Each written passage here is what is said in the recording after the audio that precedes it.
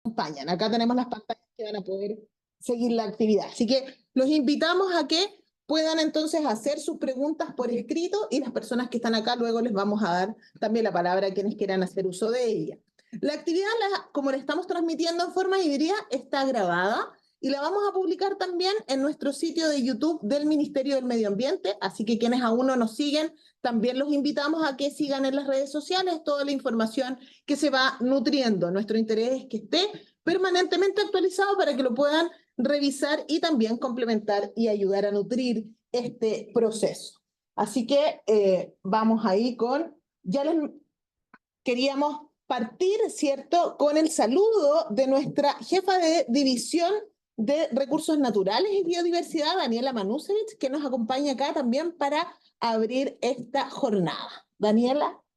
Gracias. Bueno, darle la más cordial bienvenida en nombre del Ministerio de Medio Ambiente. Mi nombre es Daniela Manusevich, yo soy jefa de la División de Recursos Naturales y Biodiversidad y estamos súper contentos porque primero tenemos Ley 21.600 después de tantos años y segundo ya la estamos echando a andar. Los reglamentos, bueno, como saben, bueno, acá hay como jerarquías, digamos. La jerarquía tiene que ver con que tenemos un marco internacional de biodiversidad que nos compromete como país con ciertas metas concretas. Y entre ellas está el 30 por 30 y transversalizar la biodiversidad, yo diría como de las dos más importantes. Y la herramienta más importante con la que contamos hoy día como país es una legislación, que es la Ley 21.600, que crea el Servicio de Áreas Protegidas y Biodiversidad.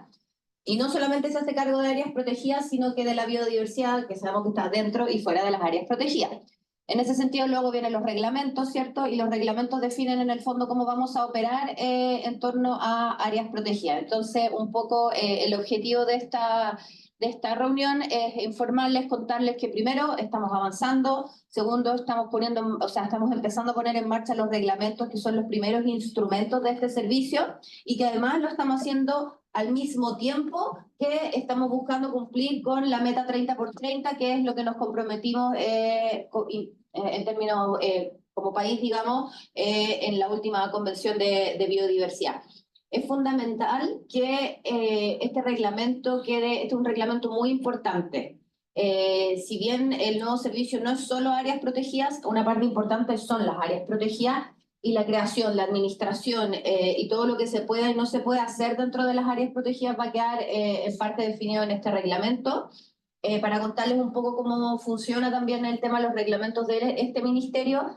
Los reglamentos en general tienen que, bueno, primero se empiezan a formular desde la parte técnica, luego tenemos varios procesos de participación temprana, como la que estamos teniendo ahora, luego viene un anteproyecto, luego hay un proceso de participación, eventualmente puede haber consulta indígena, con eso se vuelve a recoger el borrador, el anteproyecto, se genera un, digamos, ya proyecto más finalizado y finalmente tiene que pasar por Consejo de Ministros para la Sustentabilidad y el Cambio Climático, ¿ya? Y este también es un punto bien importante porque es un proceso largo. Y sin embargo, de acuerdo a lo que establece la ley, tenemos solamente 2 años desde publicada la ley para poder hacer todo este proceso.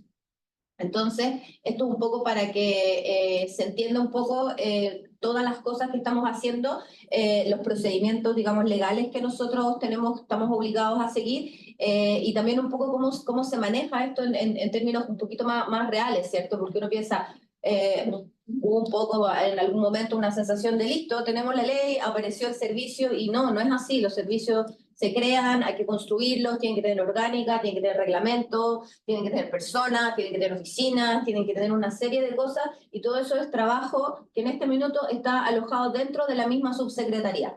¿Ya? Entonces son todos esos los procesos, digamos, que nosotros estamos haciendo, y este en particular es uno bastante importante, y también es importante que toda la ciudadanía comprenda de qué se trata y cómo se hace esto. Porque a la medida que todos entendamos cómo se hace, podemos aportar, podemos hacerlo mejor, podemos entender también quizás las restricciones de las cosas que podemos y no podemos hacer, y por eso también estas instancias son tan importantes, así que les doy la bienvenida a todos, a todas, a los que están también conectados. Sabemos que es tiempo, pero también sabemos que hay mucho interés, lo recibimos todos los días, pero la idea es que con eso nosotros vamos a poder ir avanzando, digamos, en la implementación del servicio. También quiero destacar que aquí tenemos a los colegas de CONAF, que van a pasar a ser parte de este nuevo servicio, y eso también es algo importante porque todo este trabajo se hace con la ciudadanía, pero también se hace con el gobierno y se hace con los distintos servicios, y eso también es algo muy importante de destacar. Muchas gracias. Muchas gracias, Daniela, también por ver esa perspectiva de la construcción y el tiempo de que estamos invirtiendo en términos de poder hacer un instrumento robusto, también con la mirada participativa. Y por eso saludar ahí, nos dejaban los saludos del Consejo Consultivo de Iquique, nos dejan saludos desde la Universidad San Sebastián, de la Confederación de Trabajadores del Norte, desde Fotosíntesis Consultores, por ahí poniendo el aviso también, Laboratorio de Entomología, es decir, tenemos desde todas las distintas miradas. Y entonces quería contarles que parte de este proceso de participación temprana, queríamos hacer una actividad que tuviera un tenor de carácter informativo, que busque darle, ¿cierto?, la perspectiva del trabajo, no solo en la inmediatez, sino que de mediano plazo respecto a el desafío que nos significa como institución de poder abordar esta elaboración de los distintos reglamentos. En este caso, hemos presupuestado un proceso de trabajo de incorporación informativa. ¿Qué significa un proceso temprano? Y un poco también,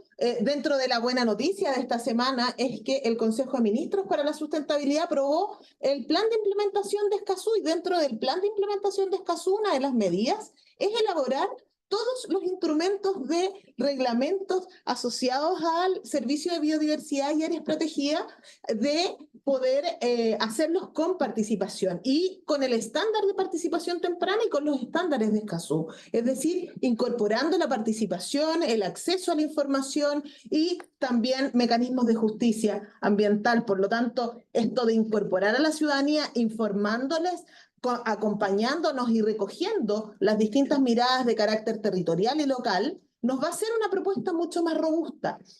Dicho eso, entonces, estamos en esta instancia que busca socializar la información, es decir, divulgarla, estandarizar conceptos, porque como tenemos diferentes grupos de interés y grupos de actores, no todos saben qué significa una propuesta reglamentaria, cuáles son las áreas de interés, cómo lo vamos a desarrollar. Por lo tanto, el primero enfoque es la información y la divulgación de la información, y poder entregar antecedentes y levantar también los insumos que sean necesarios para la construcción de estas propuestas reglamentarias. Luego que concluyamos este primer borrador, va a ser sometido al mecanismo de consulta pública. La instancia de consulta pública tiene por objetivo que es el máxima divulgación a todos los grupos de interés para que puedan hacer sus observaciones y recoger esas recomendaciones. Por lo tanto, la instancia temprana tiene por objetivo socializar la información, pero también recabar de aquellos grupos de interés que sabemos que a lo mejor no tenemos las miradas acá. Por lo tanto, vamos a hacer, y tenemos una propuesta, ¿cierto?, de algunas agendas, de ir a buscar esas voces que quieran nutrir este instrumento que estamos elaborando. Pero las participaciones tempranas no son de carácter masivo, no son con todo el público, porque también es un poco ambicioso para las personas, ¿cierto? Y para los recursos presupuestarios. Siempre llegar a todos los rincones del territorio no es una tarea fácil. Por lo tanto, el espíritu es poder generar focalización para poder extraer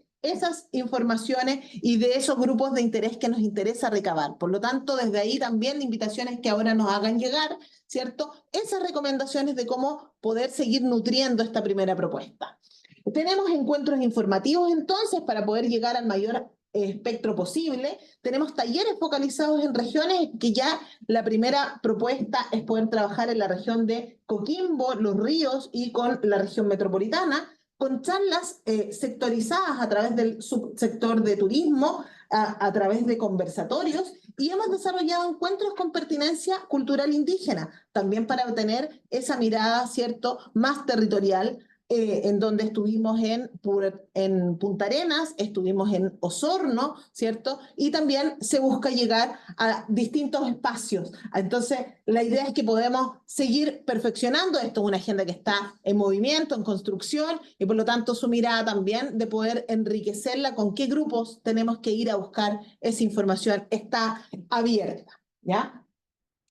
Y en la proyección también incluirá una instancia de consulta indígena, en donde ya nos estamos preparando institucionalmente también para poder generar esas instancias y con el mayor alto estándar de la implementación, que debiera ser ya hacia más bien segundo semestre de este año en adelante. Así que, como ven, es un proceso de participación que va a estar acompañándonos durante todo el año y durante todo el proceso hasta que concluyamos la elaboración de este reglamento. Así que, sin más, es una invitación permanente entonces a seguirnos en las redes, a acompañar nuestras actividades y sumarse con sus comentarios y recomendaciones que enriquecen esta mirada.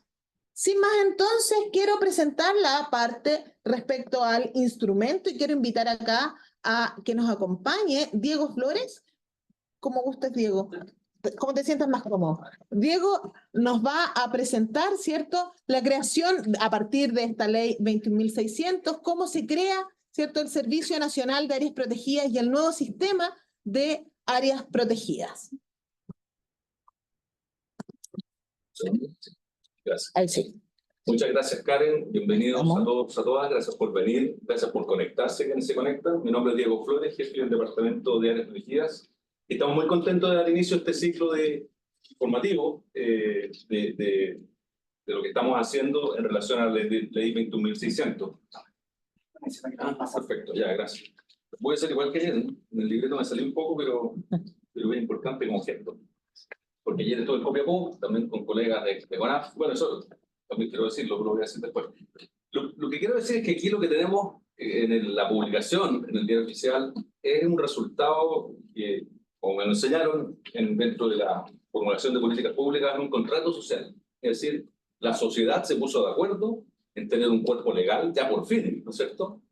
No quiere decir que esto no se haya hecho antes en el Estado de Chile. Se había hecho con parques nacionales, toda la labor de CONAF, toda la labor de Senapesca, pero orientar en un solo servicio, en una sola institucionalidad, bien discutida, bien debatida, donde se debaten las leyes en el Congreso Nacional y haber promulgado una ley y publicado el 6 de septiembre, es un contrato social. Y eso es bien importante, porque aquí vienen definiciones en que ya no discutamos más esas definiciones, porque ya están las definiciones, las categorías, las definiciones, etcétera, etcétera. Y eso es bien importante porque nos pone un piso sobre el cual debemos seguir construyendo.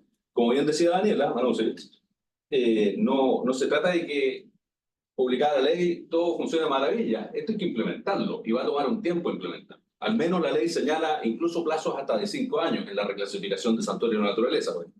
Y hay otros años, como por ejemplo este reglamento, el reglamento de áreas protegidas, que se le da un plazo de 2 años. No tenemos 2 años, tenemos menos de 2 años porque el plazo de años empezó a correr desde el 6 de septiembre del 2023, ¿no es cierto? Por lo tanto, tenemos, ya el tiempo va corriendo. Y hemos estado trabajando fuertemente, y aquí en el segundo punto, y lo dijo Daniela, interinstitucionalmente. Esto no emerge como generación espontánea del conocimiento de algunos funcionarios del Ministerio de Medio Ambiente, donde hay conocimiento evidentemente, sino que surge de la colaboración interinstitucional de instituciones públicas que han tenido a cargo la responsabilidad de administrar áreas protegidas, como el CONAF, aquí está presente los colegas de CONAF, ¿no es cierto? También Senapesca, y todas las otras competencias que están en otros servicios públicos, bienes nacionales, Subsecretaría de Pesca, Consejo de Monumentos Nacionales, Subsecretaría de Turismo, Cernatur.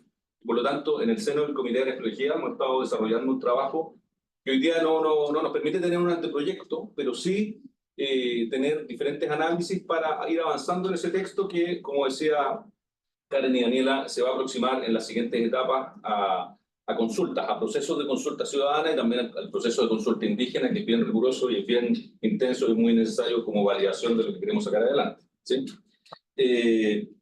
Entonces, dicho eso, los 2 puntos. Bueno, este trabajo nosotros, ¿por qué ven un logo ahí? Lo estamos como recién estrenando. Como bien dijo Daniela Manusevich, nosotros estamos aparte de esta larga tramitación legal de esta ley que se publica en septiembre del año pasado, la ley que crea no solamente el Servicio de Biodiversidad y Áreas Protegidas, sino que también el Sistema Nacional de Áreas Protegidas, integral, público, privado, marino, terrestre y aguas continentales, ¿no es cierto? Eso a nivel nacional es lo que la legislación hoy día nos desafía a implementar. Pero a nivel global, en el intertanto, y esto fue en diciembre del 2022, se firmó un acuerdo global, un pacto global que nos conduce, nos hace mirar hacia el año 2030, que lo tenemos bastante cerca, la verdad, esto se empezó a discutir como el marco post-2020, pero ya estamos casi en 2024, casi mirando el 2025, ¿no es cierto? Y tenemos que mirar al 2030 para cumplir metas globales, donde nuestro país ha hecho construcciones muy importantes en lo terrestre y en lo marino también, pero tiene que continuarse esa labor. Y eso es lo que se denomina el 30-30, o la hoja de ruta, o el Plan Nacional 30-30, donde también hemos estado trabajando. Avanza, no sé por qué. ¿No te avanzó? No, si quieres avanza tú. Dale. Ya, la presentación, por lo tanto, que yo tengo hoy día, tiene 5 puntos. La anterior se puede decir la anterior, voy a mostrar un poco el contenido de la presentación. Muy general, enmarcar el trabajo del reglamento es parte de los desafíos que tenemos al 2030. No es el único, por cierto, pero es bastante estructural, es bastante estratégico porque va a permitir gatillar que continuemos en una senda acelerada de cumplimiento de los compromisos al 2030. ¿Ya? El segundo punto es hacer una pequeña y rápida descripción de lo que hoy día tenemos como Sistema Nacional de Áreas Protegidas. Tercer punto, ya meternos más en la ley 21.600, su historia y como la última pieza que faltaba en nuestra institucional ambiental. En cuarto lugar, el reglamento. ¿Cuáles son las materias que nosotros tenemos que regular para que esto se implemente efectivamente? Y finalmente un punto quinto de régimen transitorio, porque como todavía no tenemos el reglamento y hay un principio de continuidad de la función pública, tenemos que seguir funcionando en las materias en que el Estado ha funcionado en las últimas décadas, en creación de la estrategia, en planes de manejo, en implementación, etc. Aquí no se trata de parar, digamos, la máquina y esperar hasta el reglamento, se continúa trabajando. Entonces, vámonos al primero, desafío 2030, que va a ser muy genérico y rápido. La siguiente, por favor, Sergio. Bueno, como ustedes saben, la siguiente. Se firmó en el marco del Convenio de Diversidad Biológica. Nuestro país fue, por parte de los que adhirieron, evidentemente, y apoyaron en que hay un set de 21 metas sobre biodiversidad, siendo la meta 3, aquella meta que señala, si puede pasar la siguiente, por favor, señala, a ver, Al otro lado. ahí, la que señala en un texto bastante largo, nosotros aquí lo fragmentamos un poquito, pero no quisimos perder las principales características que se señalan en esa meta. El mundo se puso de acuerdo en proteger al menos el 30% de la superficie de zonas terrestres, de zonas de aguas continentales y de zonas marinas y costeras. El mundo se puso de acuerdo en avanzar en aquello. Ahora, ese 30% no se logra en cualquier parte, se logra en lugares que sean importantes para la biodiversidad, para las funciones y las funciones de los ecosistemas y los servicios ecosistémicos. Es decir, no es llegar y crear una área protegida en cualquier lugar, o poner bajo protección, o poner bajo conservación áreas en cualquier lugar del mundo. Se hace sobre la base de evidencia, ¿no es cierto?, que demuestra que efectivamente tenemos un alto valor de biodiversidad. Y lo segundo, no se trata solamente, y aquí caemos, a mí no me gusta mucho ocupar este concepto, pero sé que se ocupa, y lo voy a ocupar ahora, que es el de las áreas de papel. Porque yo creo que los decretos tienen una virtud, y los abogados me sabrán entender. Yo no soy abogado a todo esto.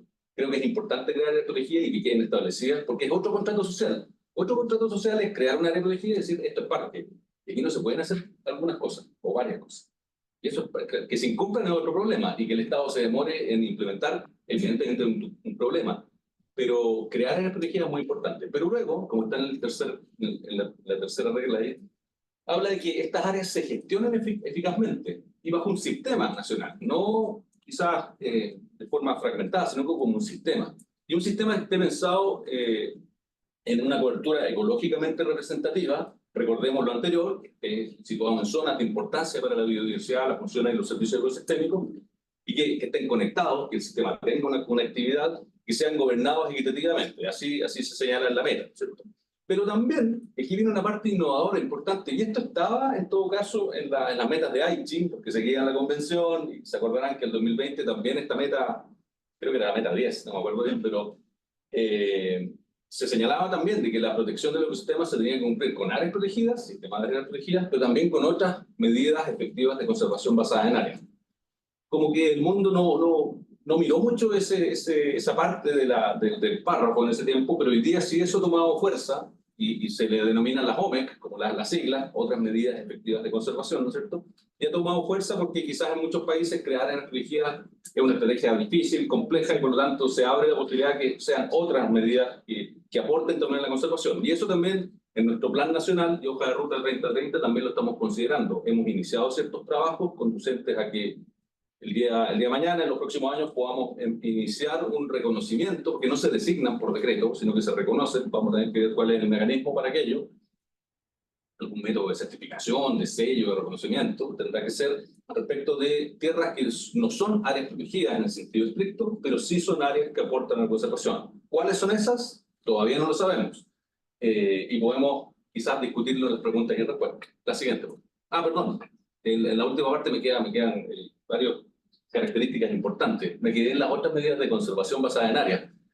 Pero también se habla de territorios indígenas y tradicionales, integrados a paisajes más amplios, terrestres, marinos y oceánicos, ¿cierto? Y aquí, en el fondo, empieza a ampliarse la mirada de que esto no se logra solamente con un sistema de áreas protegidas con categorías más o menos estrictas, según señala la ley, sino que también hay que ser innovadores.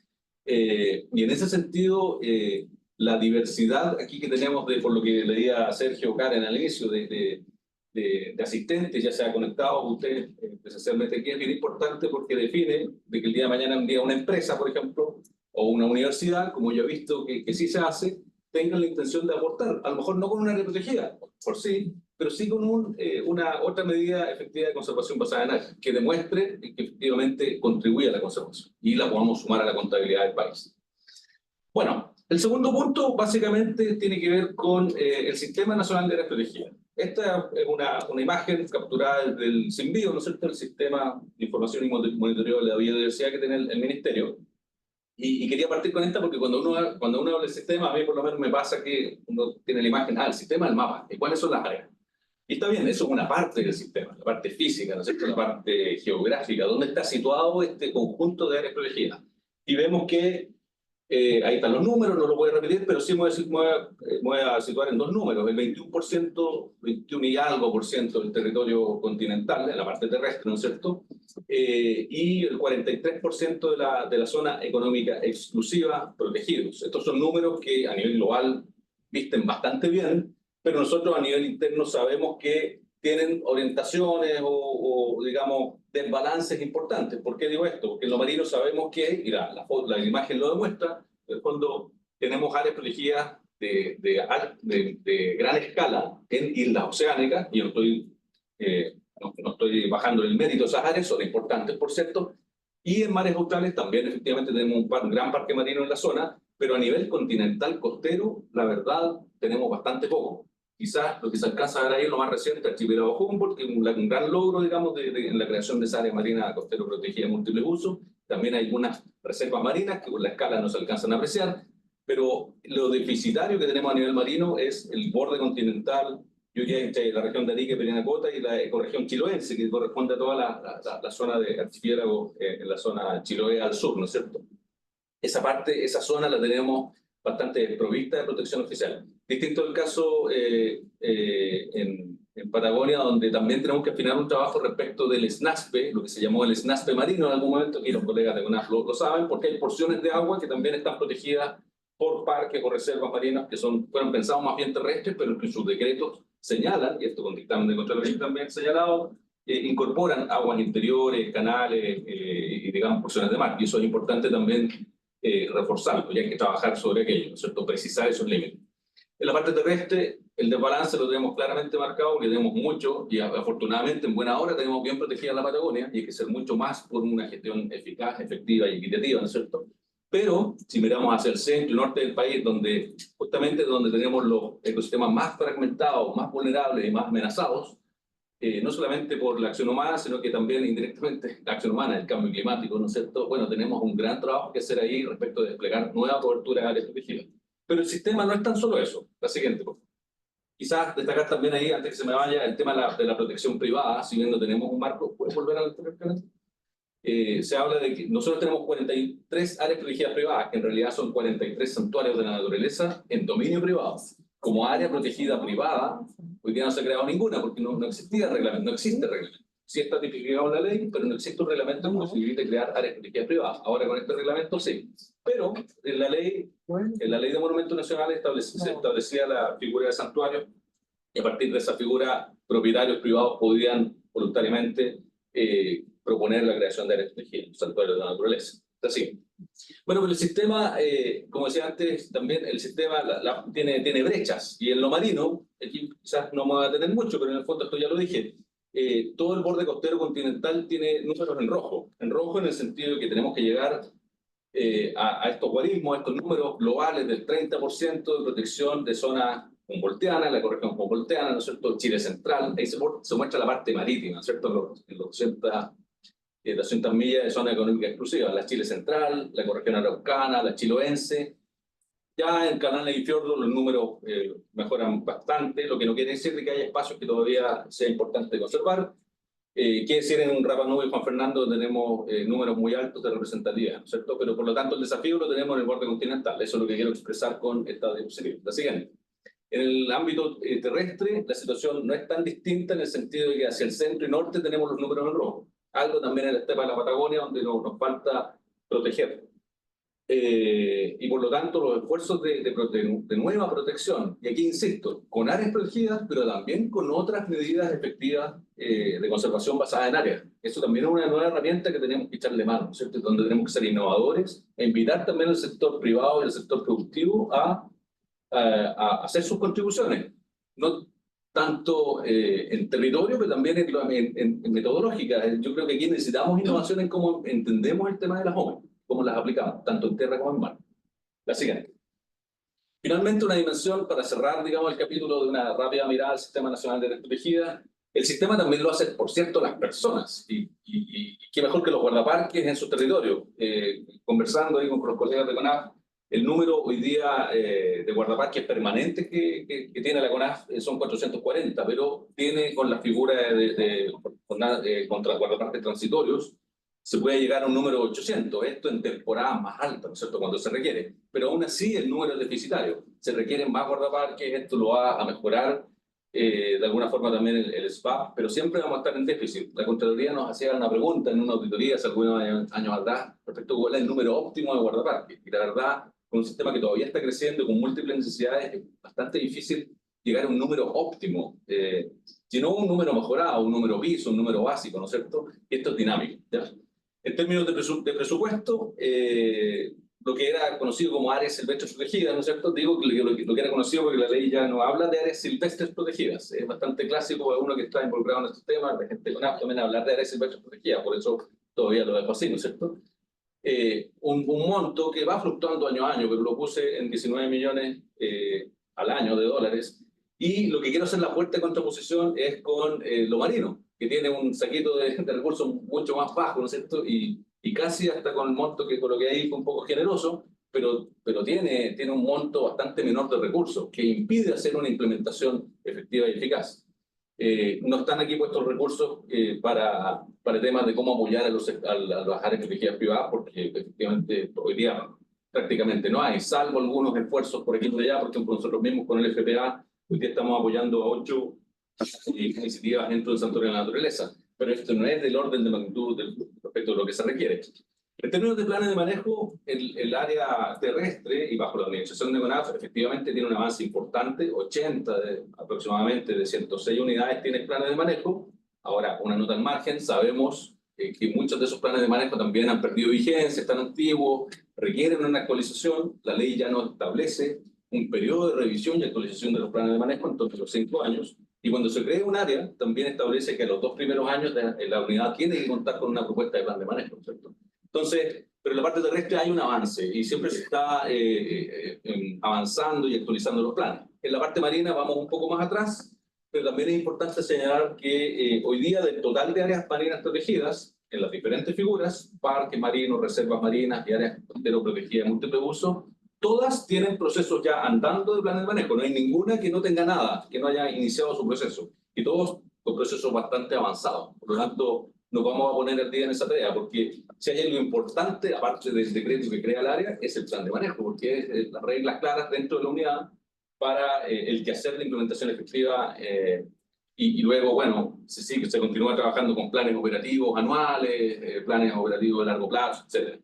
Finalmente, y esto me quedó de un resabio de la presentación que hice ayer, porque ayer estuvimos en Copiapó con el sector turismo, y bueno, daba la cifra de los 3,5 millones de visitantes al año, esto pre-pandemia, el año 2019 creo que fue ese dato, luego un bajón, creo que el último dato para estacional fue de 2 millones, lo escuchábamos ayer, 2 millones de visitantes, y hay una necesidad también de recuperación de esta dimensión del sistema, la visitación, ¿no es cierto? Porque evidentemente es un atractivo no solamente para la industria, sino también es un atractivo para la ciudadanía en términos de recreación y educación ambiental.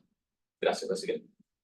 Bueno, hasta ahí como una rápida pincelada a lo que nosotros entendemos que constituye el sistema. Ahora queremos volcarnos básicamente a explicar elementos de la ley 1600. Gracias, por favor. Esta ley tuvo una larga tramitación y aquí nos está contando incluso aquel periodo en que se ingresó un proyecto de ley, el año 2011, y se retiró ese proyecto de ley y fue reemplazado por un segundo el año 2014, es decir, uno pudiese ampliar esta línea de tiempo desde el 2010 u 11 a la fecha. Pero bueno, nos concentramos en el proyecto de ley que efectivamente fue tramitado. No voy a tener el detalle de cómo pasó por las diferentes comisiones, las salas, la Cámara de Diputados, etcétera, sino que quiero que vean básicamente la extensión de este proceso y, como yo decía al inicio, un contrato social que tuvo una buena discusión. Y ya tenemos definiciones hechas en un articulado, ¿no es cierto? Y lo que tenemos que ahora es implementar. Y esto se publica el 6 de septiembre del año pasado. La siguiente. ¿Por qué es relevante esta ley? Porque genera, al menos en la dimensión de áreas protegidas, una mirada sistémica, pero también va más allá de las áreas protegidas, porque este es un servicio y una ley que dota a este servicio de herramientas. Quizás la columna vertebral pudiera ser vista como el Sistema Nacional de Áreas Protegidas, pero también dota al servicio, la ley dota al servicio de otros instrumentos que operan fuera de las áreas protegidas, paisajes de conservación, planes de conservación de ecosistemas amenazados, planes de restauración ecológica, planificación ecológica, sitios prioritarios. Es decir, hay una batería de instrumentos que hoy día estamos trabajando en paralelo con diferentes equipos del Ministerio. En paralelo estamos trabajando en esas otras materias a regular, ¿no es cierto? Nosotros nos estamos, como Departamento de Áreas Protegidas, concentrando en lo que son las materias a regular en áreas protegidas, que voy a mencionar más adelante. Entonces, esta ley es importante porque le da una mirada sistémica. El Estado efectivamente atendía la biodiversidad, pero con normativas antiguas. No quiero señalar que hayan sido deficitarias, sino que antiguas, y se atendía la biodiversidad. Mal que mal teníamos un sistema, o tenemos un sistema nacional de protegidas del Estado importante. Por lo tanto, no se parte de cero. Y otras instituciones también tenían competencias, pero lo que hace la ley es recoger estas competencias y centrarlas en un mismo servicio y bajo la institucionalidad ambiental. Eso es importante. En segundo lugar, tiene una visión de fortalecer una pieza fundamental dentro de lo que es el sistema, que son los guardaparques, ¿no es cierto?, con mayor presupuesto y con mayores facultades fiscalizadoras. No todos los guardaparques, un subconjunto de ellos sí, no todos van a ser fiscalizadores, pero sí algunos que van a ser identificados y establecidos en su minuto, ¿no es cierto? Pero aquí se va a ganar porque a la fecha los guardaparques no tenían esa facultad, era una labor más bien de vigilancia, ¿no es cierto? Hoy día sí van a tener la facultad de fiscalizar lo que la ley señala. Es una condición habilitadora importante para esta meta, esta contribución que quiere hacer Chile para el 2030. Por eso nos estamos concentrando hoy día en tener un mejor reglamento, un buen reglamento que nos habilite para acelerar en los años que nos queden para llegar al 2030, ¿no es cierto? Y con todo el capital que existe, o sea, no estamos partiendo de cero tampoco. Hay un sistema, hay áreas protegidas, hay guardaparques, hay conocimiento, y no solamente en el Estado, también en las organizaciones, también en la ciudadanía que se organiza, ¿no es cierto? Por lo tanto, yo tiendo a mirar, la meta es ambiciosa, pero la tiendo a mirar con optimismo, ¿cierto? En términos de alcanzar. Esta ley ha sido un compromiso no tan solo de este gobierno, que le tocó, digamos, la parte final, tramitar la parte final, que siempre también no es sencilla, pero también es un compromiso de esfuerzo de los anteriores gobiernos. Por lo tanto, ahí se releva una visión de Estado respecto de esta política y esta ley. Y por último, un compromiso de Chile que ha mantenido desde el año 2005, si mal no recuerdo, frente a la OECD. ¿Sí? Así que, bueno, y con esto, con la promulgación de esta ley, se completa la pieza final de la institucionalidad ambiental, que es la que aparece ahí encerrada en un círculo rojo, que es este nuevo servicio, junto con la Superintendencia de Medio Ambiente, el Servicio de Evaluación Ambiental, los tribunales ambientales y el Ministerio de Medio Ambiente. ¿Ya? Todos con sus competencias señaladas. Y esto que tanto se habla de la certeza jurídica, o sea, el sector privado no reclama eso al Estado y está bien. Aquí hay una certeza en términos de que hay un servicio, falta implementar y se va a seguir construyendo certeza jurídica en materia de reglamentos, por ejemplo.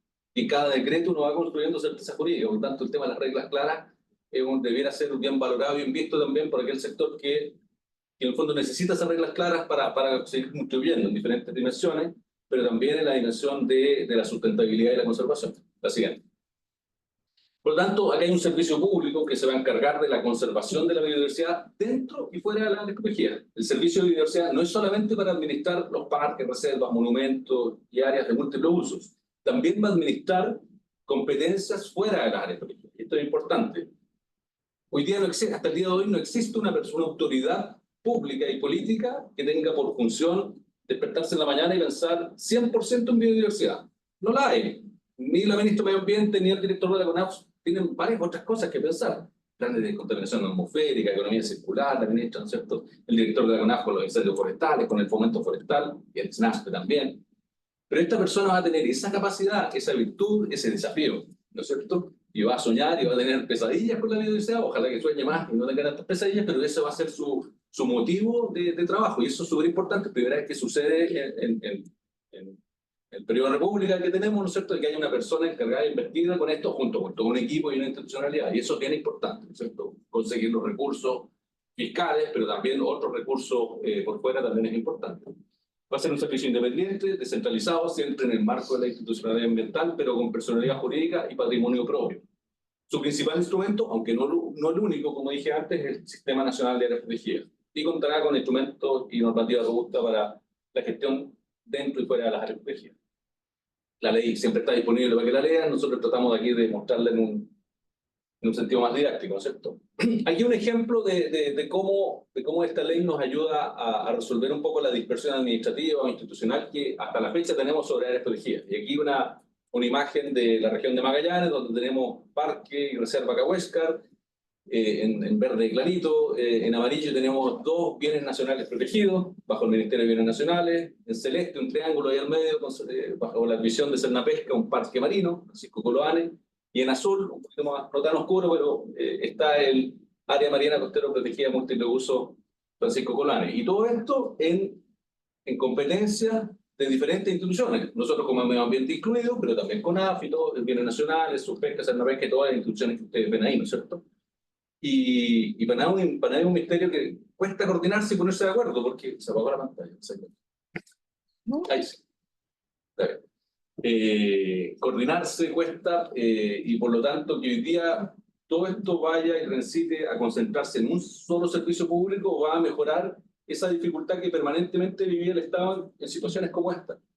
Tenemos otro tipo de situaciones también en islas, ¿no es cierto?, en Rapa Nui, en Juan Fernando, donde conviven áreas marinas protegidas con parques en tierra. Tenemos lo mismo en el archipiélago Humboldt, donde tenemos reservas marinas, reserva nacional y ahora un área de conservación de múltiple uso. Y más encima tenemos áreas de manejo que no son competencias del servicio, sino que siguen siendo competencias de Subpesca y Cernapesca. Pero tenemos que coordinarnos en ese sentido. Entonces, el desafío importante, y el SVAP va a ayudar a vencer, a superar esta dispersión institucional que hemos tenido y con la cual ha sido difícil implementar eficazmente. No voy a leer todos los elementos que ustedes los pueden ver ahí, diferentes dimensiones en las que un servicio va a poder apoyar. La siguiente. Lo que hace la ley hoy día es que se crea un servicio. Con todo eso yo hice un ejercicio ahí de contabilizar verbos y palabras clave, tanto en la operatoria del servicio. El servicio administra, propone, supervisa, informa, promueve, fiscaliza, controla, otorga, etcétera, ejecuta, es mucho de ejecución. Esto es un servicio público. Y el ministerio está en la parte de supervigilancia, política, normativa, y eso va a ser importante porque vas a tener un ministerio en esa función, más política, normativa y de supervigilancia, y un servicio mucho más operativo, administrando el Sistema Nacional de Estrategia Integral, marino, terrestre, acuático continental, y público y privado. Y en lo privado no va a administrar, sí va a supervisar, como dice una palabra ahí arriba de la nube, ¿no es cierto? El servicio va a supervisar a las áreas protegidas privadas. La siguiente. En el artículo 56 de la ley se establecen 6 categorías de manejo, 6 categorías de áreas protegidas, que son las que van a correr de aquí en adelante, ¿ya? Que son las siguientes, en orden de lo más estricto a lo menos estricto. Reserva de región virgen, que a la fecha no hay ninguna creada en Chile, son aquellas áreas intocables, ¿no es cierto? Esto siguiendo un poco el patrón de la OICN, ¿no es cierto? Áreas que se preservan y no se hace nada más que preservar, quizás monitorear, ¿no es cierto? Luego Parque Nacional, que es una categoría más conocida, Monumento Natural, hasta ahí las más estrictas, con prohibición total de explotación de recursos naturales con fines comerciales, ¿no es cierto? Y luego otro set o galería de categorías donde se pueden desarrollar actividades de uso sustentable, como Reserva Nacional, áreas de conservación de múltiples usos, y aquí hay una innovación, porque esta figura existía, quizás con otro nombre, una variante distinta, bastante larga y difícil de memorizar, que era Área Marina Costero Protegida de Múltiples Usos, un poco larga, ¿no es cierto? Pero la innovación es que esto va a ser aplicado también en tierra, y ahí no tenemos quizás una gran experiencia en aquello, pero vamos a tener que innovar, ¿no es cierto? Y en el reglamento tenemos que bajar también esos conceptos. Y por último, área de conservación de pueblos indígenas, que también es una innovación, pero asimismo un compromiso que viene de la consulta indígena de este proyecto de ley del SFAP, ¿no es cierto? Por lo tanto, tenemos esas 6 categorías. Hoy día tenemos muchas más categorías. Automáticamente la ley definió que, por ejemplo, hoy día un parque marino ya se pasa a denominar parque nacional, ¿ya? Vamos pagando. ¿Y se pagan las de allá? Bueno. No se pagaron eso. Ahí sí. Ah, parece que... No, estoy tratando, cabrón. No, ahí quedó. Ahí Ahí está. volvió. Allá. Ya, ahí lo está volviendo. Parece. Ya, por lo tanto, lo que estaba diciendo, la ley, solo que por el hecho de la ley, un parque marino hoy día se clasifica como un parque nacional, pero hay unas excepciones. Por ejemplo, los santuarios de la naturaleza, hay algo que yo quiero un poco ayudar a desmitificar, porque en algún minuto dijeron, desaparecen los santuarios. No es que desaparezcan en el sentido que se desafecten hoy día los más de 103 santuarios que se ha creado a la fecha. No es que desaparezcan o se desafecten, sino que van a entrar en un proceso de reclasificación, y para eso la ley da un plazo de 5 años. Por ejemplo, el Santuario de la Naturaleza de San Juan de Picha, acá en la región metropolitana, tiene un plazo de 5 años, se supone que guiado y con orientaciones del ministerio, porque hay un propietario privado ahí, pero hay que apoyar y supervisar para hacer aquello, digamos. Y conforme a ciertos criterios y metodología, puede recaer en alguna de las 6 figuras que la ley establece. Ese es el proceso de reclasificación que van a tener esos hoy día 102 santuarios que existen.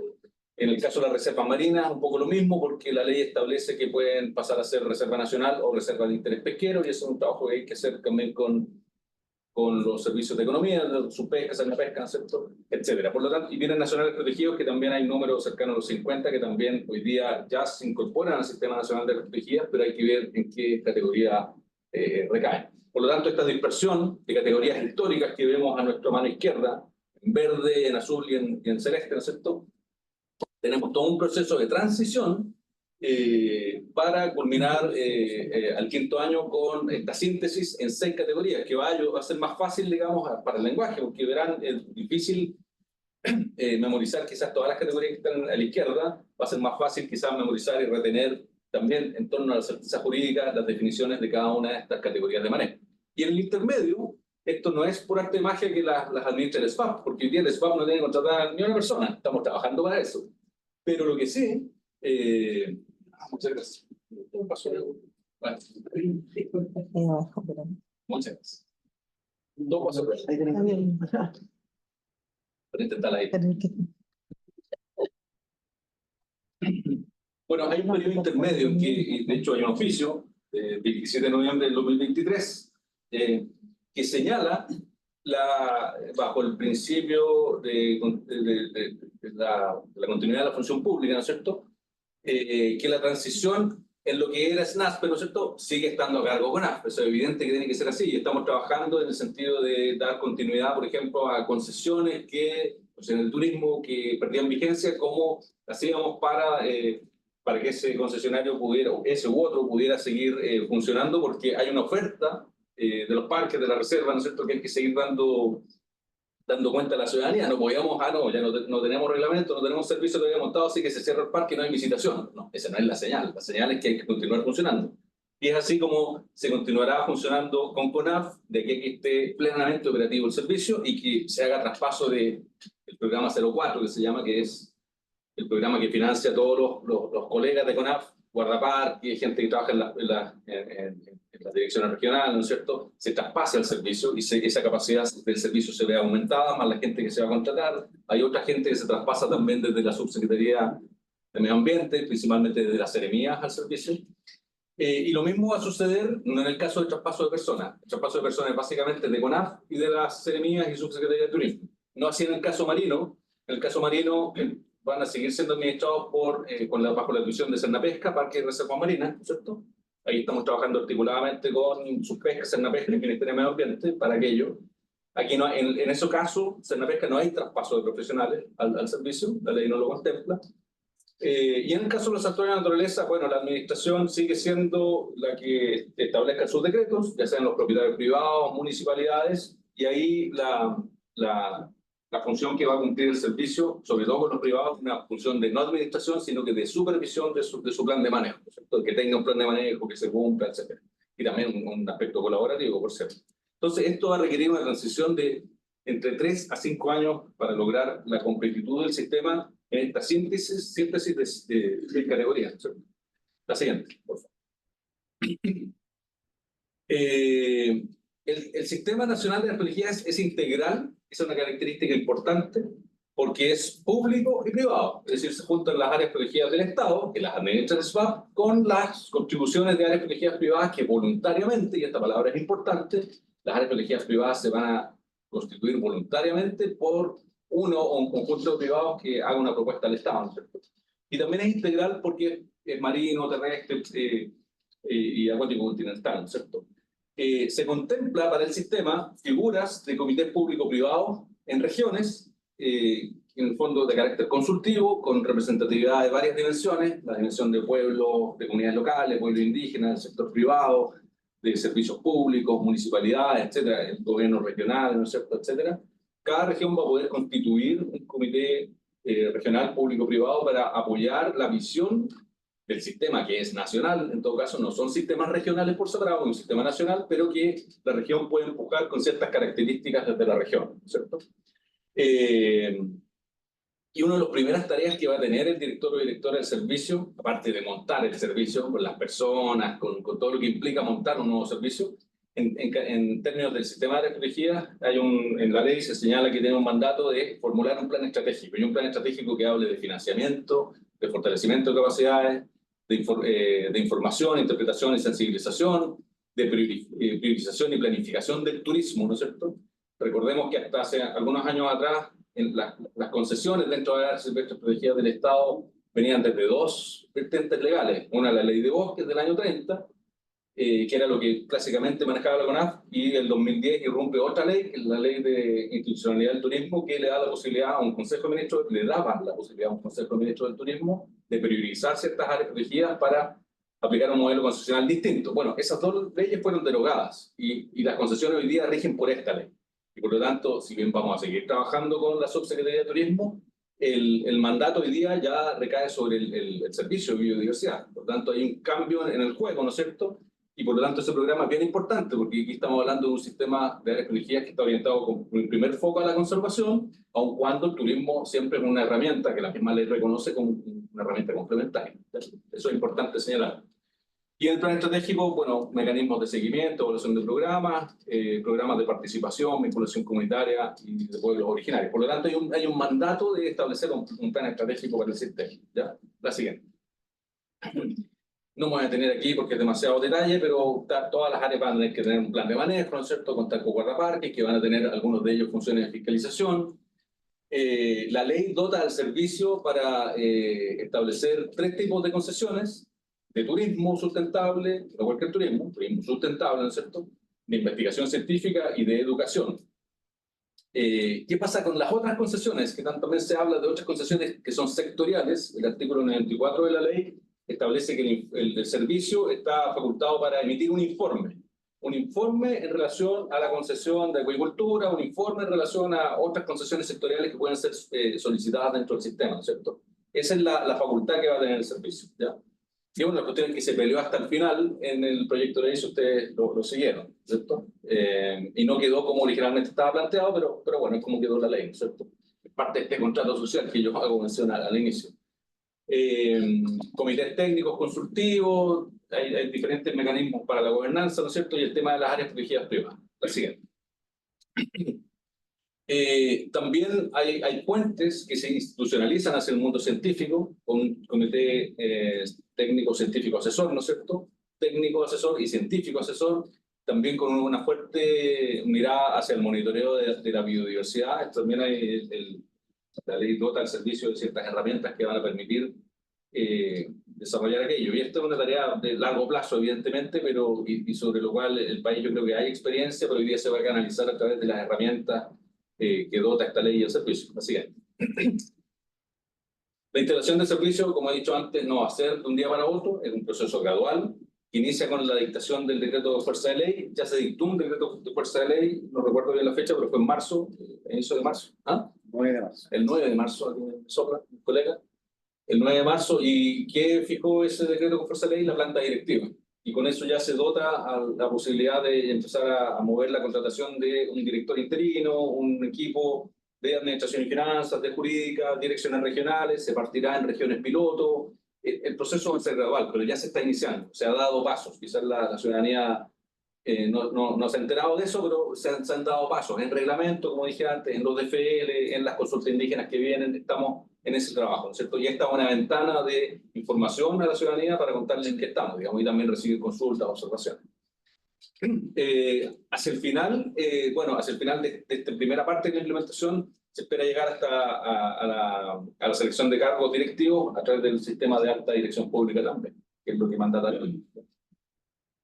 Bueno, y aquí ya vamos entrando en más materia normativa, ¿no es cierto? La ley, ahí lo dice el último cuadro, dice, si uno lee la ley, se va dando cuenta que hay al menos 21 revisiones reglamentarias, es decir, hay un artículo que dice, el reglamento establecerá las modalidades de creación de áreas protegidas o de desafectación de áreas protegidas. Un reglamento dictará las materias contenidas en el plan de manejo, etc.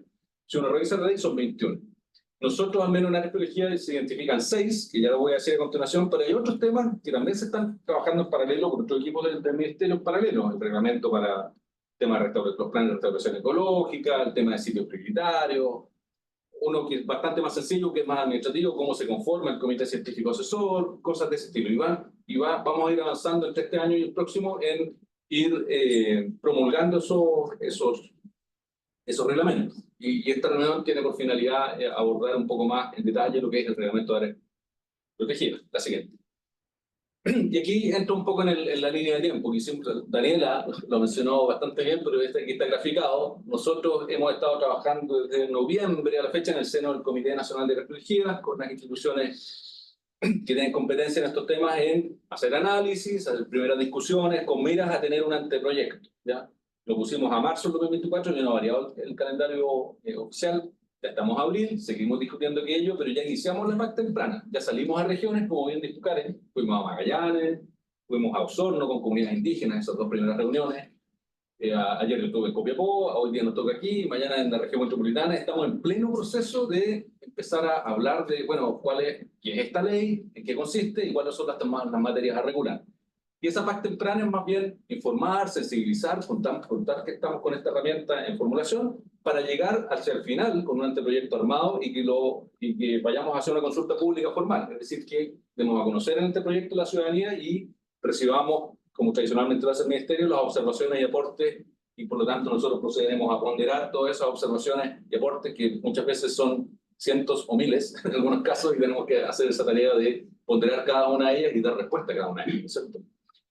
Y eso como preparación a un proceso ya más largo, intenso, también en recursos, intensivo en recursos, financieros me refiero, y también de personas, que corresponde a la consulta indígena. ¿Ya? Esto es uno de los temas que a priori ya se sabe, aun cuando no hemos hecho la consulta de procedencia frente al Ministerio de Desarrollo Social, de que este reglamento va a tener que someterse a consulta indígena. Por lo tanto, lo hemos previsto, y la ley de presupuesto en una glosa específica también lo contempla, ¿ya? Que es un proceso que va a partir en septiembre, siempre consta de 4 etapas: una planificación, una entrega de información, una deliberación interna de los pueblos, y finalmente un diálogo con el Estado y la sistematización de los acuerdos que allí resulten.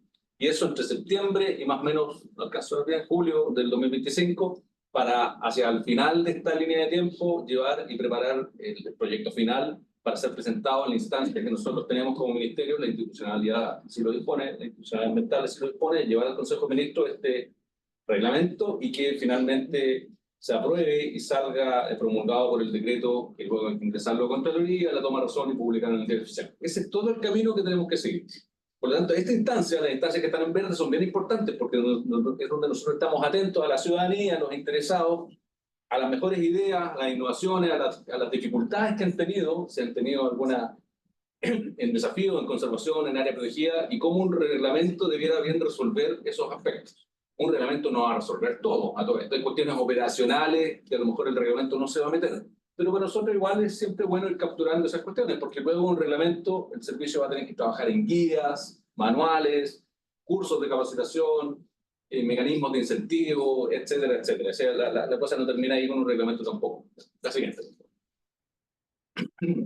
¿Cuáles son las materias a regular? Son 5, ¿no es cierto? Primero, creación y modificación de áreas protegidas.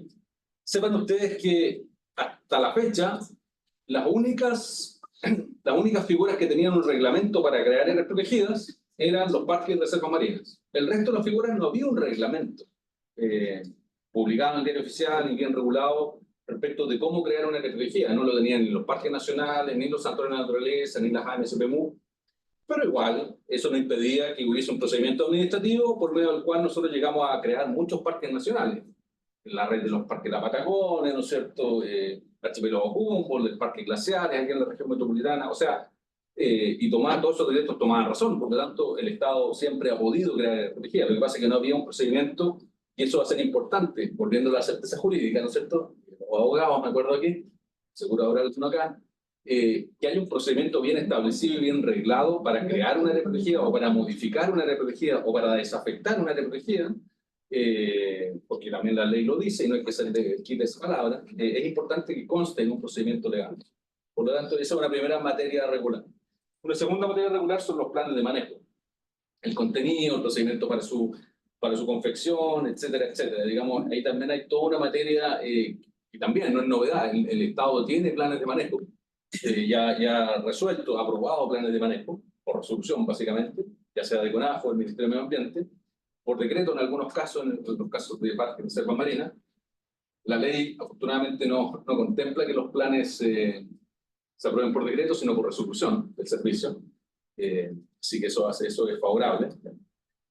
A todo esto, en la creación y modificación de áreas protegidas privadas, la ley es una salvedad con las áreas protegidas privadas y no van a requerir su paso por el Consejo de Ministros, ¿ya? Eso es una novedad favorable porque finalmente quien decide su territorio es el propietario privado y no necesariamente tienen que pasar a un Consejo de Ministros, ¿cierto? Entonces, es una innovación que quedó refrendada en la ley. Un tercer tema bien importante también que tiene que ser regulado es el otorgamiento de concesiones y permisos dentro de las áreas protegidas. Y aquí, como la ley dice, hay 3 dimensiones fundamentales en las cuales se otorga permisos. Turismo sustentable, se me olvidó colocar esa parte, investigación y educación. Y las separo porque dentro del turismo, evidentemente, hay una visión de hacer negocios. Y no lo digo peyorativamente, es así. Y yo creo que ayuda tanto al emprendedor como al sistema, porque hay una lógica también de ingresos propios y qué sé yo, que no siempre es la mejor, digámoslo así, pero bueno, es el mundo que nos toca vivir y hay que regular bien cómo se otorgan esas concesiones. Pero distinto es una concesión o un permiso que pide un investigador, ¿no es cierto? O una organización que está haciendo educación ambiental. Probablemente ahí estamos teniendo las discusiones para ver cómo eventualmente uno pudiera tener matices entre ambos casos, ¿no es cierto? Porque la tramitología, la permisología, como se ha hablado en algunos casos, no puede ser excesiva en ninguno de los casos, pero sobre todo en alguien que quiera hacer un aporte al conocimiento, ¿no es cierto? Un investigador, que hay que poner las reglas claras también, eso también es importante. Y lo mismo para educación, ¿ya? Entonces, estamos trabajando en esas materias también, concesiones y permisos. Otro tema, participación y gobernanza. Aquí la ley establece como 2 mecanismos, bien expresamente se señala en la ley. Primero, el Comité Público-Privado Asesor Regional, ¿no es cierto?, que es un foro más regional con autoridades para visionar cómo el sistema nacional, insisto, no son sistemas regionales, es un sistema nacional, pero cómo en la región tiene expresión este sistema nacional, ¿ya? Por una parte eso, y por otra parte, la ley dice que quien administra las áreas protegidas del Estado es el servicio. No es delegable esa función a otro, un tercero. Pero sí el servicio puede establecer convenios de gestión con organizaciones, con orientaciones en desarrollo comunitario, con orientación a temas de educación, conocimiento, cosas de ese estilo. O sea, lo enumera la ley bastante claramente, ¿ya? Pero nosotros también estamos en otra discusión, sabemos que la gobernanza es bastante más que un comité regional y convenios de gestión. El Estado se ha aproximado, ha hecho cosas que han resultado, otras no tanto, pero hay otros espacios que hay que completar. Quizás unidad a unidad, nosotros tenemos consejos locales de gestión en las áreas marinas protegidas y tenemos que ver qué vamos a hacer con aquello, cómo le vamos a dar continuidad a esa gestión, que no son foros regionales, sino que son instancias más bien de nivel local, asociadas a un área protegida en particular, y la única excepción que hizo la ley fue con Rapa Nui, donde se da reconocimiento y que existen contratos, convenios y estructuras que el Estado estableció con el pueblo Rapa Nui respecto del Parque Nacional, respecto del Parque Marino, área marina costera protegida, y esas se mantienen. Pero en otros casos la ley no la señala, por lo tanto en el reglamento tenemos que ver qué espacio tenemos para regular aquellos temas y que la gobernanza no sea bien tratada, ¿no es cierto? Por último, todo el capítulo de áreas protegidas privadas, que es bien importante, porque si bien va a tener patrones similares en los anteriores, sobre todo en el 1 y en el 2, respecto de su creación, respecto de los planes de manejo, va a diferenciarse en otros aspectos, sobre todo en cómo el Estado incentiva, fomenta, apoya las áreas protegidas privadas y también cómo las supervisa, ¿ya? Entonces hay varias materias que tenemos que apoyar en la regulación. La siguiente, por favor. Esas son las materias que estamos llamados a regular en este reglamento. En eso estamos trabajando y esperamos los próximos meses ya tener un anteproyecto al cual todos puedan observar, debatir y aportar. Por último, ¿se apagó la pantalla? ¿No? Ahí. El régimen transitorio. Como les dije antes, no porque esté la ley publicada, esto funciona automáticamente, va a requerir un periodo de implementación y este régimen transitorio va entre la entrada en vigencia de la ley, el pasado 6 de septiembre, ¿cierto? Y la implementación operativa total del servicio, cuando ya estén capacidades desplegadas en el país, ¿no es cierto? La siguiente. El principio más elemental, ya lo mencionaba antes en la presentación, es el principio de la continuidad de la función pública del Estado. No puede detenerse, digamos, la creación de la estrategia, no puede detenerse los planes de manejo, la implementación, y eso sigue hoy día en los servicios que han tenido la competencia a la fecha, ¿no es cierto? Y por otra parte, va a ir emergiendo poco a poco este rol que ha estado un poco invisibilizado, no sé si invisibilizado, pero quizás no tan desarrollado en supervigilancia del sistema de parte del Ministerio del Medio Ambiente. Esta lámina que yo le mostraba, dos nubes de palabras, una con la del servicio más bien operativa y otra más bien del lado del Ministerio, con una visión de política y supervigilancia, y eso va a ir creciendo en el tiempo. La política que tenemos hoy día de reflejía en el país viene del año 2005. Ya ha pasado bastante tiempo. Yo creo que hay que mirar, ya ni siquiera el 2030, hay que mirar un poco más allá, 2040, porque no 2050, hay que tener una visión larga de Estado respecto al sistema, y ahora que tenemos ley, con mayor razón. Por lo tanto, esa es una de las funciones que va a empezar a emerger en la medida que el servicio se haga cargo de su labor operativa, de administración del sistema y de otros instrumentos. El Ministerio va a tener que volver a trabajar con más fuerza en las materias de política y supervigilancia, ¿ya? Discusiones de nivel más político, ¿cierto? La siguiente. Y de fuerza, en el caso del ex-SNASPE o las áreas silvestres protegidas del Estado, parques, reservas, monumentos, ¿cierto? Las sigue administrando CONAF. Debía haber colocado aquí también un recuadro con que parques y reservas marinas sigue Senapesca teniendo la tuición, y así lo entendemos, seguimos trabajando. Este oficio, el del 27 de noviembre de 2023, señala en el punto 3.1 esta situación de parques y reservas marinas y señala lo mismo, ¿no es cierto? El mismo caso para Senapesca. Pero lo que sí, la administración normativa, el enfoque que tienen que tener estas instituciones para seguir administrando estas áreas protegidas, viene de la lectura de la ley 21.600. Es decir, la CONAF ya no puede seguir entregando en virtud de la ley de bosques, porque fue derogada, la entrega de concesiones, ni tampoco de la ley de turismo, tampoco. Tiene que ser en virtud de lo que dice esta ley, ¿ya? Y en eso también hay un rol de supervigilancia del Ministerio, pero también un rol de coordinación, que en el fondo es fundamental que lo tengamos. La siguiente, por favor. Eso. Yo creo que, bueno, estoy muy cansado, voy a tomar agüita, así que hay preguntas, me imagino, en el chat, y me imagino que aquí también hay una pregunta. Aquí te devuelvo la palabra acá. Muchas gracias. Ay, ahora no. Muchas gracias, Diego, por este completo reporte, invitación, ¿cierto?, desde lo normativo y también desde poder incluirnos en este mundo de la creación de las áreas protegidas y del reglamento. Así que muchas gracias. Tenemos muchas preguntas. Ahí Paulina ha estado, pero a full con Sergio respondiendo lo más posible. Tenemos preguntas en el chat que ya se han respondido y también sabemos que hay interés acá, así que quiero partir por acá. Primero quiero un mapeo para ver el escenario y a ver cómo vamos a ir en las tandas. Así que por favor, los que tengan intención de levantar su mano, porque virtualmente ya tenemos a una persona. Superamos los 200 personas conectadas, lo que nos pone muy felices también de este alto interés. ¿Solo 3? Perfecto. 4. Sin haber... Todos los que tengan intención, porque así puedo dimensionar, por favor. 8, ya. Vamos con... las voy a agrupar en 3, de a 3, ¿ya? Voy a ir en orden de adelante hacia atrás. Les pido, por favor, que nos cuenten de dónde nos acompañan para que también nos puedan escuchar los que están aquí híbridos. Nombre y de dónde, ¿ya? Usted está acá y ahí voy en orden. Muchas gracias por la presentación, muy completo y maravilloso el desafío. Soy consejera de la Red Nacional de la Investigación de Chile, la ROC. Tengo 3 preguntas, pero pequeñitas.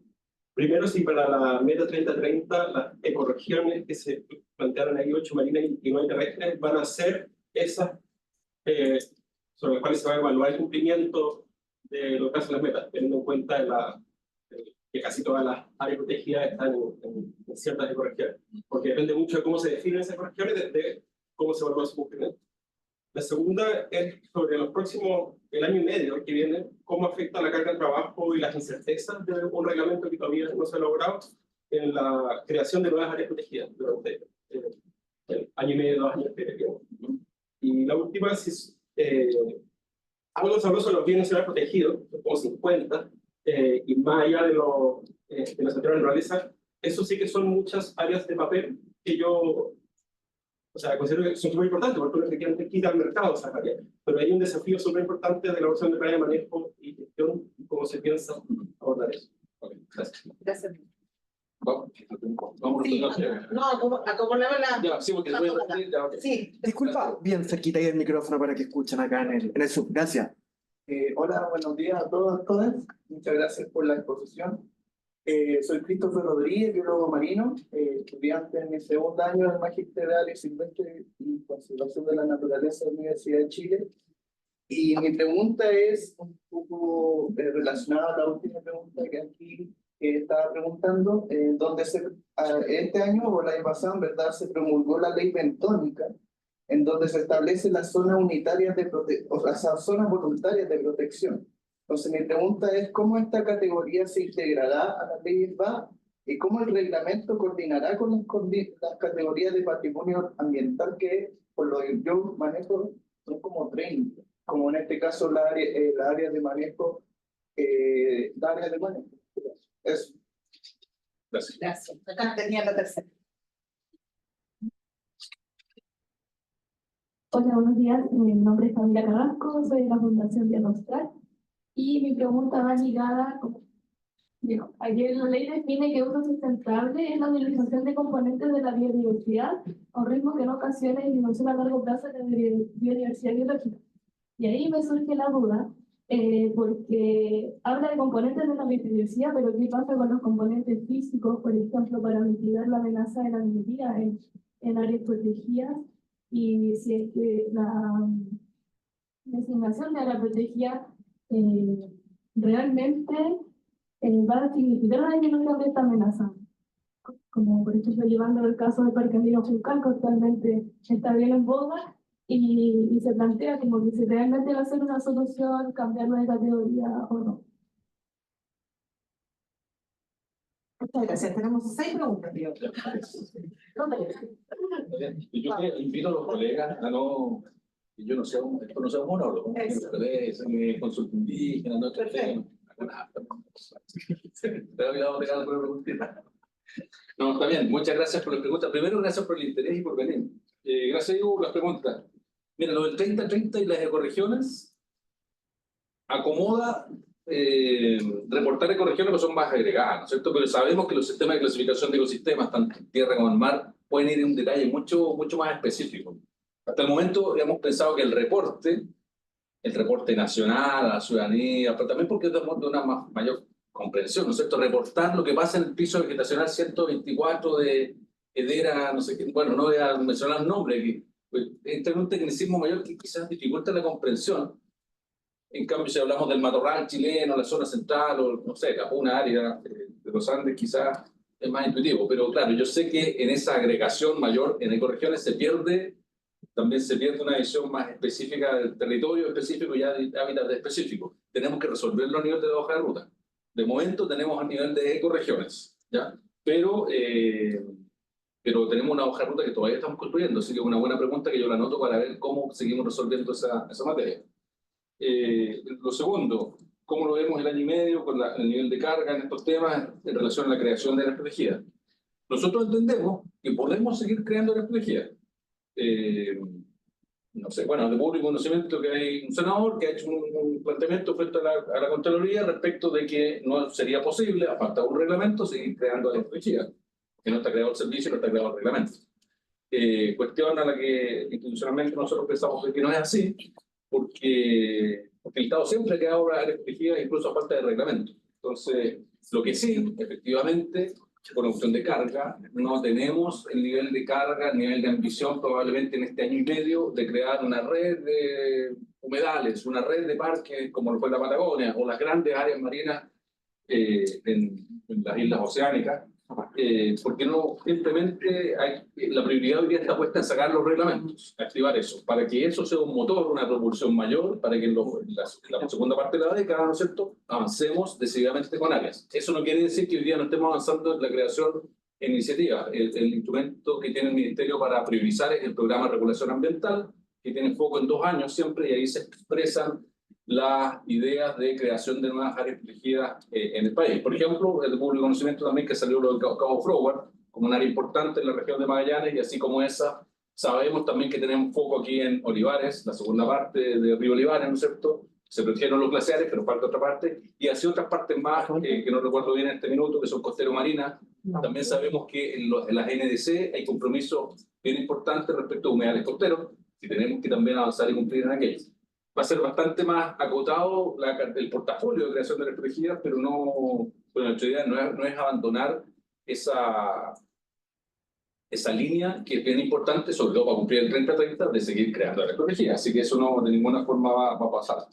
Respecto de los PNP y su gestión, bueno, sí, pues los PNP son hoy día, por el artículo 5º transitorio de la ley, se establece que son parte del sistema, pero hay que reclasificarlo, ¿cierto? Y tenemos que examinar esa reclasificación. De ahí en más hay que ver si efectivamente tienen o no tienen manejo. La verdad que uno sabe que no, hay muchos que descansan en su decreto exento de bienes nacionales, pero no tienen una contraparte, un concesionario en ese modelo que se tenía.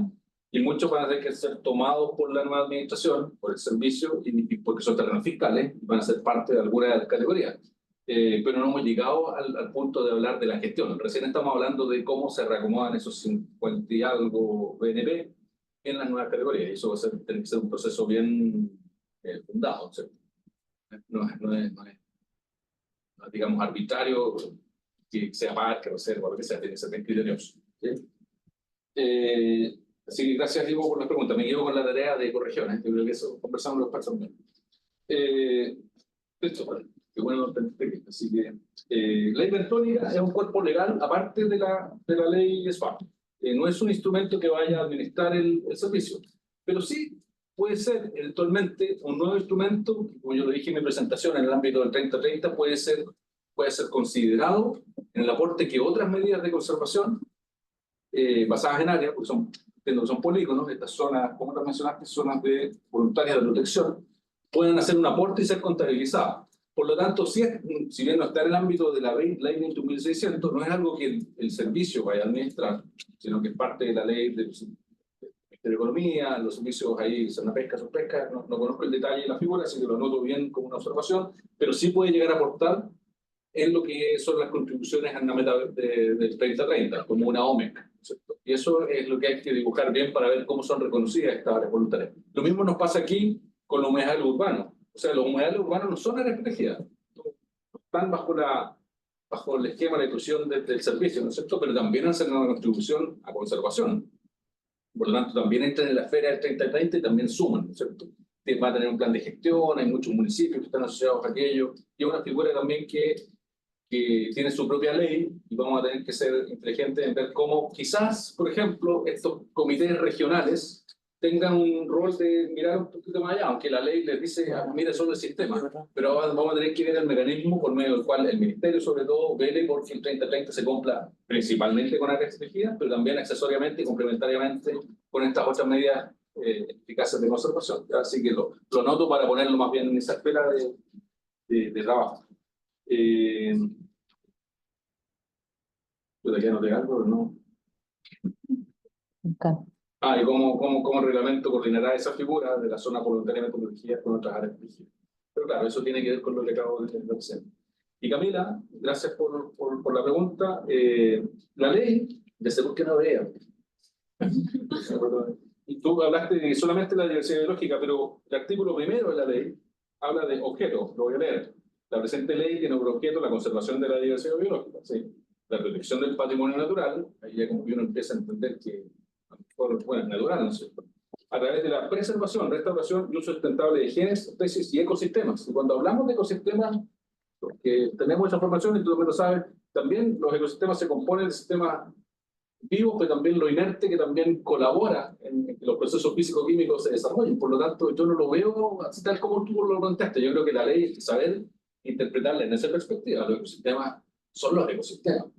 Las rocas, las montañas, los hielos, el agua, los seres vivos, las funciones, los procesos, todo eso hace parte de un ecosistema. Por lo tanto, la ley hay que seguir estrujándola, hay que seguir, bueno, siempre los abogados le dan interpretaciones, y cuando hay dos abogados hay tres opiniones, eso es lo que dice el dicho, o más opiniones. Bueno, pero los técnicos ahí sabemos que los ecosistemas tienen esa composición física, biológica, físico-química, etc. Entonces yo creo que hay que también buscarle a la ley, lo tenía más a la mano porque es el artículo primero, pero si uno busca más en la ley se va encontrando con ese tipo de situaciones. El hablar de biodiversidad yo creo que hay que mirarlo comprensivamente también, y también apoyarse en esos temas, esas palabras que aparecen en la ley, que siempre hay que darle una segunda vuelta, una segunda deriva. ¿Sí? De hecho, se protegió el Parque Nacional Glaciares de Santiago, que un purista pudiese decir que eso es puro hielo, ¿no? Pero claro, hay otras interacciones que se buscan proteger en esa zona. Quizás quedamos cortos porque efectivamente hay otras zonas bajas en ese valle que efectivamente hay que proteger, son mayor expresión de vida, pero también solo en trozo de hielo yo entiendo que también hay vida, entomológica, ornitológica, etc. Eso. No sé si te compensa, ¿vale? Pero bueno, es la respuesta que puedo dar. Seguimos, Gracias. tenemos más manos acá arriba. Voy a ir a la virtualidad. Les voy a dar la palabra a Tamara Troncoso. Vamos a dar también comprometimos 4 al aire del Zoom. Así que Tamara Troncoso, Francisco Esquedo, Fabiola Trigo y Federico Díaz. En ese orden. Por favor, Tamara, puedes abrir tu micrófono y te presentas. Hola, Ahí está bien. mi nombre es Tamara Tamara. Troncoso. Bueno, escuchamos. Sí, me quedó la duda, pero en realidad Tamara, no te escuchamos. ¿no me escuchan? Está abierto tu micrófono, Ahí pero sí. no te escuchamos. ¿Aló? A ver, No, tampoco. no se escucha. Y Nos dicen que en Zoom se escucha bien y acá no está saliendo. acá, ya. Ah, ya. Vamos a Ok. hacer entonces, voy a seguir acá Sí. porque es un tema de... Así que volveremos. Vamos con los que están aquí entonces. Sigo con las palabras que teníamos asignadas acá en... Ahora sí que hago esto. Tenés que apagar ahí. En este orden, yo acá, usted y usted. No, entonces... ¿Está apagado el micrófono, parece? Ahí sí. ¿Sí? No, pero esa. Hola. No.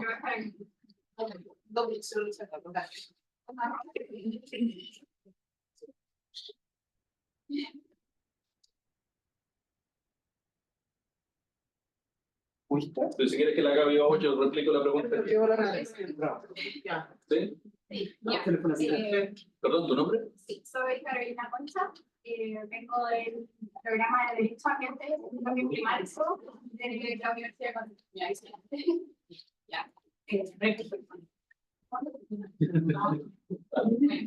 y nosotros en el programa hicimos el seguimiento de materias 600 a partir del 2021.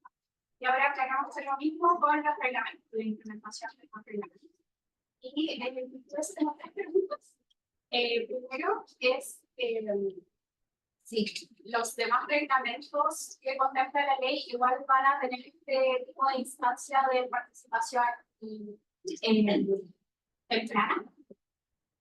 Y cómo se van a compatibilizar estas consultas públicas con las consultas que tienen que hacer junto a otros organismos que tienen competencias en la materia, por ejemplo, el Ministerio de Turismo, Economía, Agricultura. Eso, y otra pregunta ya más llevada al contenido de los reglamentos, relativo a áreas privadas. Así que se va a contemplar alguna forma de fomentar la inclusión de áreas protegidas privadas que ya existen a el sistema nacional. Gracias, Carolina. Voy a replicar, bueno, Carolina Concha del Centro de, ahí me perdí, de Derecho Ambiente y Cambio Climático de la UDECONS. Sí, y pregunto 3 cosas. La primera es, quizás te la voy a responder más bien, Karen, de qué está pasando con instancias similares en los otros reglamentos respecto de PAC temprano. Sí, efectivamente, bueno, estamos tratando de... No hay caso.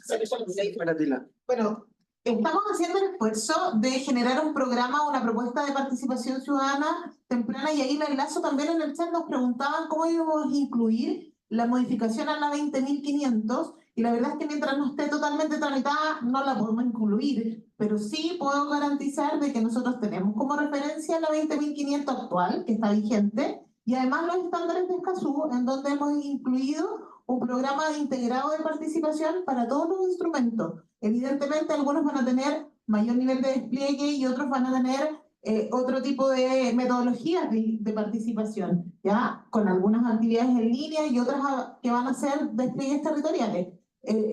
Las que tienen más necesidad de incluir la participación, ¿cierto?, de los territorios, es que vamos a estar en actividades focalizadas y presencial, pero todos van a poder tener el mismo estándar, que es en el fondo el que estamos implementando hoy día, que ya se ratificó, se aprobó por el Consejo, ¿cierto?, el ministro, el plan de implementación de Escazú. Así que eso sí lo puedo garantizar. Gracias, Karen. La segunda pregunta era cómo vamos a interactuar con los otros servicios. Bueno, nosotros, lo dije al inicio, no estamos trabajando solo en esto, nosotros asentamos el trabajo en un grupo de elaboración de reglamentos bajo el Comité Nacional de Energía, donde está CONAF, Bienes Nacionales, Subsecretaría de Turismo, Subpesca, Cernapesca, Consejo de Monumentos. Vamos a perder la enumeración, pero son muchos. Y ahí hemos estado interactuando desde noviembre a la fecha con ese trabajo. Es decir, no es un trabajo ciego a ellos, estamos trabajándolo con ellos. Por lo tanto, no hay una etapa secuencial, sino que es algo paralelo que está sucediendo en simultáneo. Por lo tanto, la riqueza del trabajo viene dada desde ahí. No es una etapa que vamos a ver 2 meses más recién. No, ya lo incorporamos desde el inicio. ¿Ya? Así que esa parte está abordada, no quiero decir resuelta, pero sí abordada desde lo técnico. ¿Ya? Y por último, respecto de áreas protegidas privadas, bueno, ya la ley, no encontré no me lo sé de memoria, lamentablemente, pero la ley ya establece disposiciones respecto de fomento, de incentivo a las áreas protegidas privadas, y claro, hay que bajarlas en sus aspectos más reglamentarios, ¿no es cierto? Lo que sí, esta ley crea un fondo para la biodiversidad, cuyo foco principal es fuera de las áreas protegidas del Estado. Y al decir del Estado, está incorporando como foco fundamental a las áreas protegidas privadas. Pero me quedó la duda de tu pregunta sobre las áreas protegidas privadas que ya existen, pero que no están con un decreto, ¿no es cierto? Claro, nosotros llamamos iniciativas de conservación privada, que en el fondo sabemos que se hace conservación, no hay una declaración de hacer conservación, pero no han sido formalizadas porque al propietario, por ejemplo, no le convencía la figura de santuario de naturaleza, que es válido, pero él hacía, o ella, conservación en su predio, ¿cierto? Entonces, los mecanismos de fomento e incentivo, si bien la ley establece algunos, los puedo mirar, cuando pasa otra pregunta y que retienen su oportunidad, pero la ley ya establece que hay que bajarlo a recuadro. Muchas gracias.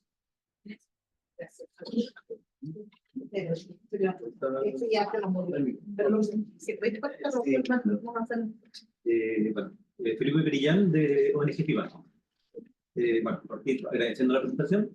Tengo una pregunta también relacionada con las áreas protegidas privadas, entendiendo que con la ley se deroga la figura de tanto de la naturaleza y entendiendo que se tiene que efectuar esta reclasificación en base a los objetos de protección, etc.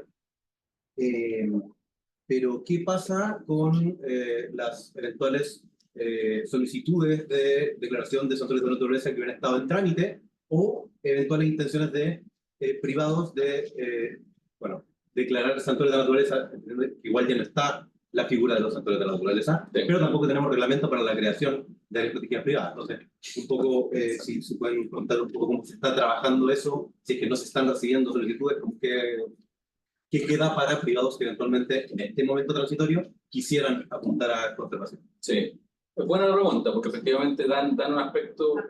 Anótala y tiramos dos al tiro, porque tenemos más preguntas y quiero volver a hacer el análisis. Acá también había quedado una. Dale nomás. No, yo quería preguntar respecto a los salarios, porque igual actualmente ya se estableció como una propuesta de esta red de protección de salarios, que algunos se encuentran en algunas zonas que están bajo una categoría de protección, pero hay otros que no, hay otros que están en una propuesta, digamos que en particular, por ejemplo, los salarios de Maricunga y de Salar de Atacama, que ya existen actividades extractivas importantes en la empresa. ¿Cómo se va a relacionar un poco esto de la protección al salar y cómo ha sido el diálogo un poco con las empresas chilenas que están ahí? Porque dentro de es un poco, no sé si contradictorio la palabra, pero son actividades bastante propuestas, el fin de conservación, con el fin propio de la extracción de litio y la actividad que se están haciendo ahí. Y de lo que entiendo, los salarios también son parte de la meta 3030 dentro de lo que estamos hablando en este sentido. Entonces, ¿cómo ha sido también un poco esa situación? Dale, ahora sí. Ya, vale. Ya, voy primero a tu pregunta, Fabián, Felipe. Pero lo voy a enlazar con la pregunta que me dio pendiente, porque aquí encontré el artículo, que quizás lo haya leído, pero lo quiero decir a viva voz. El artículo 105 de la ley respecto a los incentivos, ¿no es cierto? Primero habla del 104 de apoyo técnico. El servicio podrá prestar apoyo técnico a los administradores de las áreas protegidas privadas, etcétera, etcétera. Ahí en el 104 habla de eso, y en el 105 habla de incentivos, y lo que enumera: exención del impuesto territorial, en tanto cumpla con un plan de manejo del área, exención del impuesto a la herencia, participación gratuita en los programas de formación y capacitación para guardaparques, según disponibilidad presupuestaria del servicio, ¿no es cierto? Bonificaciones en la postulación al Fondo Nacional de Biodiversidad. Eso es un punto importante, y creo que es quizás el más novedoso del todo, y exención del pago de los derechos arancelarios que correspondan a los notarios, conservadores de bienes raíces y archiveros. Son ese tipo de exenciones. Quizás la más evidente es la que yo mencioné del Fondo Nacional de Biodiversidad, donde hay bonificaciones en la postulación. Los porcentajes asociados, hay que armar todo ese asunto de las bases de cómo va a funcionar ese fondo. Eso es lo que señala la ley. ¿Cuánto nos permite hacer, cuánto margen tengamos en el reglamento? Nosotros en el reglamento tenemos una máxima, no podemos ir más allá de lo que nos dice la ley. No podemos ponernos más creativos y poner otro incentivo que no se diga en la ley. Por lo tanto, ese es el rayado de cancha que nosotros tenemos. Eso es lo que el legislador finalmente definió al momento de crear la ley. Y ahí ese es el juego que tenemos. Respecto a tu pregunta, Felipe, buena pregunta, porque efectivamente el 6 de septiembre nosotros teníamos procesos, y el último Consejo de Ministros que se pronunció favorablemente respecto de 5 santuarios, si mal no recuerdo, fue el 5 de septiembre, el día antes. Luego ya no hubo más Consejo de Ministros y no fue posible, porque la ley ya le cerraba la cortina a la posibilidad de crear santuarios, a la creación de otros santuarios. De hecho, tuvimos que devolver varias cartas y varias iniciativas, señalando y explicándole a los propietarios respecto de la nueva ley y la imposibilidad de nosotros continuar creando o ampliando santuarios, porque la ley ya no lo permitía. Y efectivamente nos encontramos en un momento en que, en la primera lectura, no quiero que esto quede como algo definitivo, esto es informativo, así que me excusarán, pero yo creo que efectivamente estamos en un limbo en que no se pueden crear áreas privadas mientras no tengamos el reglamento. Quizás un abogado me pudiese tener una... Sí, tú mismo. Solo pensando también en la lógica que se ha empleado para otras cosas, pensando en el principio de continuidad de la función pública. Claro, ¿qué ocurre con esto? Que al final es una declaratoria, que es el acto público, es la declaratoria, pero la intención viene desde el privado. Sí.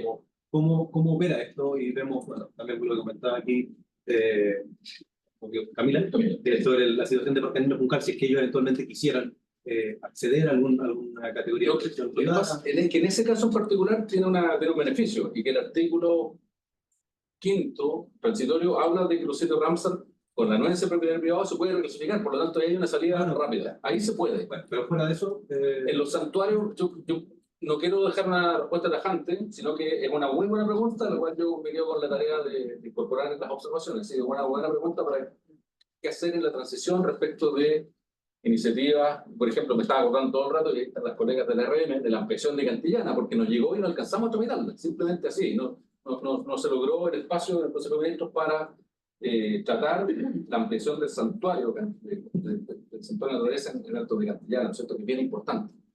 Entonces lo anoto porque es una buena pregunta la que hace. Gracias, Felipe. Y Salares, tú preguntaste por Salares. Bueno, Salares se trabajó no con las empresas, se trabajó con el Ministerio de Minería en definir la red de Salares. Evidentemente, el Ministerio de Minería y el gobierno tenía la idea de salir pronto al mercado, vamos a abrir, porque esto es parte de la estrategia del litio, no lo dibuja el Ministerio de Medio Ambiente, lo dibuja el Ministerio de Minería, el gobierno, ¿no es cierto?, una estrategia nacional bien importante. Pero sí se pusieron algunas, no quiero decir condiciones, algunos parámetros que nos permiten compatibilizar, que en el fondo es por colocar salares en cuencas respecto a los cuales si hay una intervención no se vaya a ver en unos años más un detrimento al salar que nosotros protegimos. O sea, la idea era justamente, bajo ciertos criterios, identificar salares que tengan alto valor por biodiversidad, ¿no es cierto? Pero que al mismo tiempo, entendiendo que pudiera haber en una cuenca próxima o adyacente una eventual explotación minera, el salar no se viese afectado. Y ahí entró toda la parte más de la ingeniería, de cómo funcionan los acuíferos, las aguas, las cuencas, subcuencas, etcétera, para efectivamente prever ese tipo de situaciones. Y es así como se salió con una lista de aquellos salares que estarían considerados, y hay un convenio con la Universidad de Antofagasta para ahondar en los antecedentes técnicos y científicos que nos permitan construir informes técnicos para llevar al Consejo de Ministros el próximo año las iniciativas de creación de energía en esa zona. ¿Ya? Eso es una respuesta que puedo dar. Súper.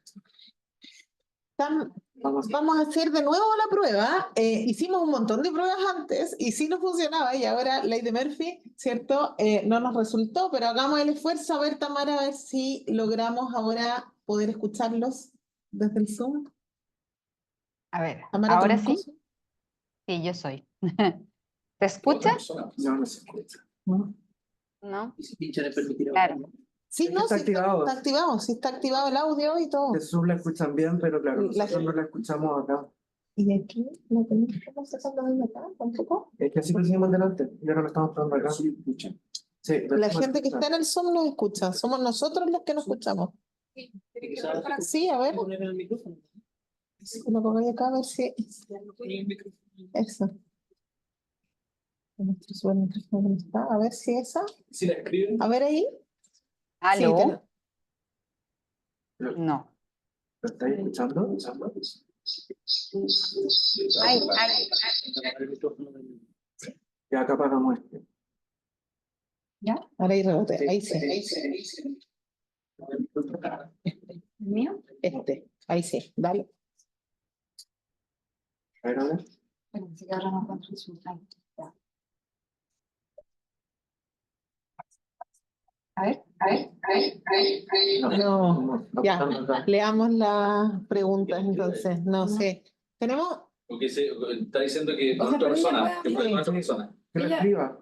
Pero intentemos de que ella hable. Porque Tiene que silenciar acá. Tiene que silenciar Si el no se va a acoplar. Ese de ahí, silencio. Ese lo tengo acá. El al lado. Hola. ¿Me escuchan ahí? ¿No?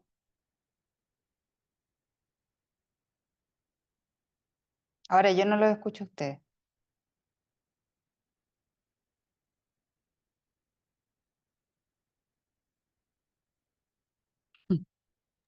¿Tú nos escuchas a nosotros? Ahí sí te escucho. Ya, Ok. dale. Puedes hacer Ya. tu pregunta ahora, por favor. Sí, un poco como para acotar más la pregunta, porque creo que no se entendió bien.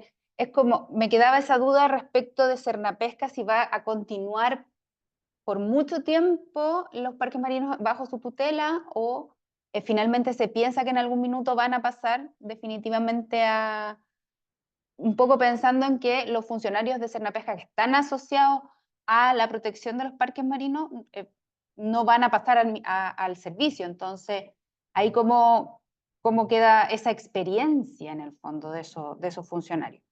Y aprovechando que tengo el espacio, yo soy funcionaria pública, trabajo en el Servicio de Evaluación Ambiental y también me interesa cómo saber cómo se va a relacionar, bueno, me imagino que van a tener competencia ambiental y van a ser distribuidos los proyectos al servicio nuevo, pero además si la superintendencia va a tener como relación de fiscalización respecto de las mismas áreas o va a ser solo potestad del servicio. Eso. Perdón, me aproveché.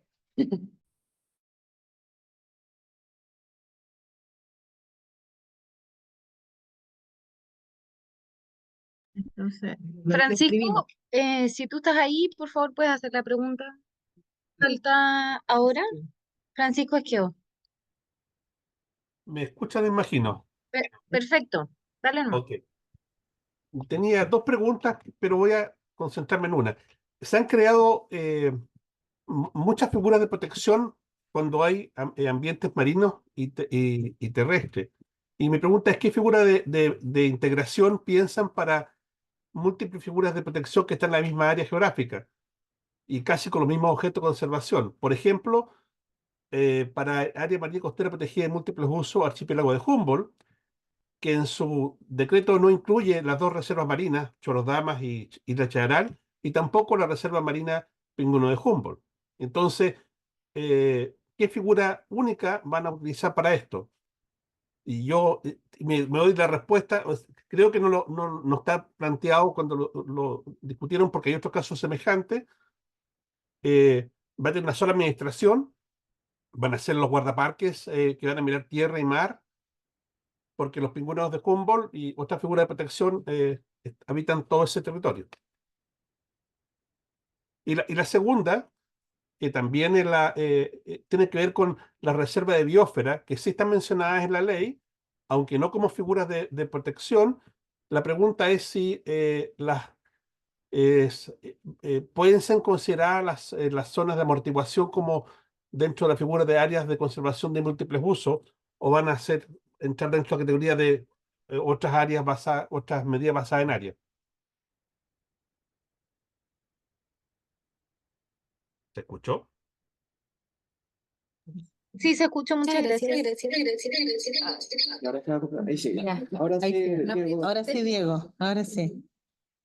Súper, escuchamos bien a los dos. Sí, ¿y me escucho bien? Sí, dale. Sí, gracias por la pregunta. Respecto a lo que preguntaba Tamara, o sea, Cernapesca, sí, pues yo lo mencioné en la reunión, o sea, en la exposición, hay un hasta cuándo y el hasta cuándo tiene que ver con estos la ley dice que en el tercer año se va a producir el traspaso de los funcionarios de CONAF y también se subentiende, y por extensión, eso también se entiende, no el traspaso de los funcionarios de Cernapesca, pero sí la atribución de administrar parques y reservas marinas que pasan al SPAP, ¿no es cierto? ¿Qué pasó con los funcionarios? Nosotros intentamos hacer de último minuto una gestión ahí porque reconocemos de que hay una experiencia importante en varios funcionarios, digamos una lista de 28, 30 funcionarios.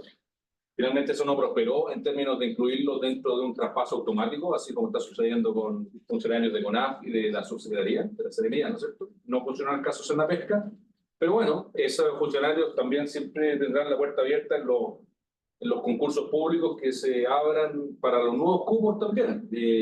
Efectivamente, gente con alta experiencia de territorio, de los actores, del ámbito de la pesca, de la sustentabilidad y de la reserva marina. Así que, pero claro, es hasta el máximo de los 3 años. Hasta ahí se considera que vamos a continuar trabajando con la tuición de Cernapesca, pero luego de eso ya se traspasa en un servicio que ya debiese estar montado con personas, director, despliegue territorial, etcétera. Por lo tanto, eso al tercer año.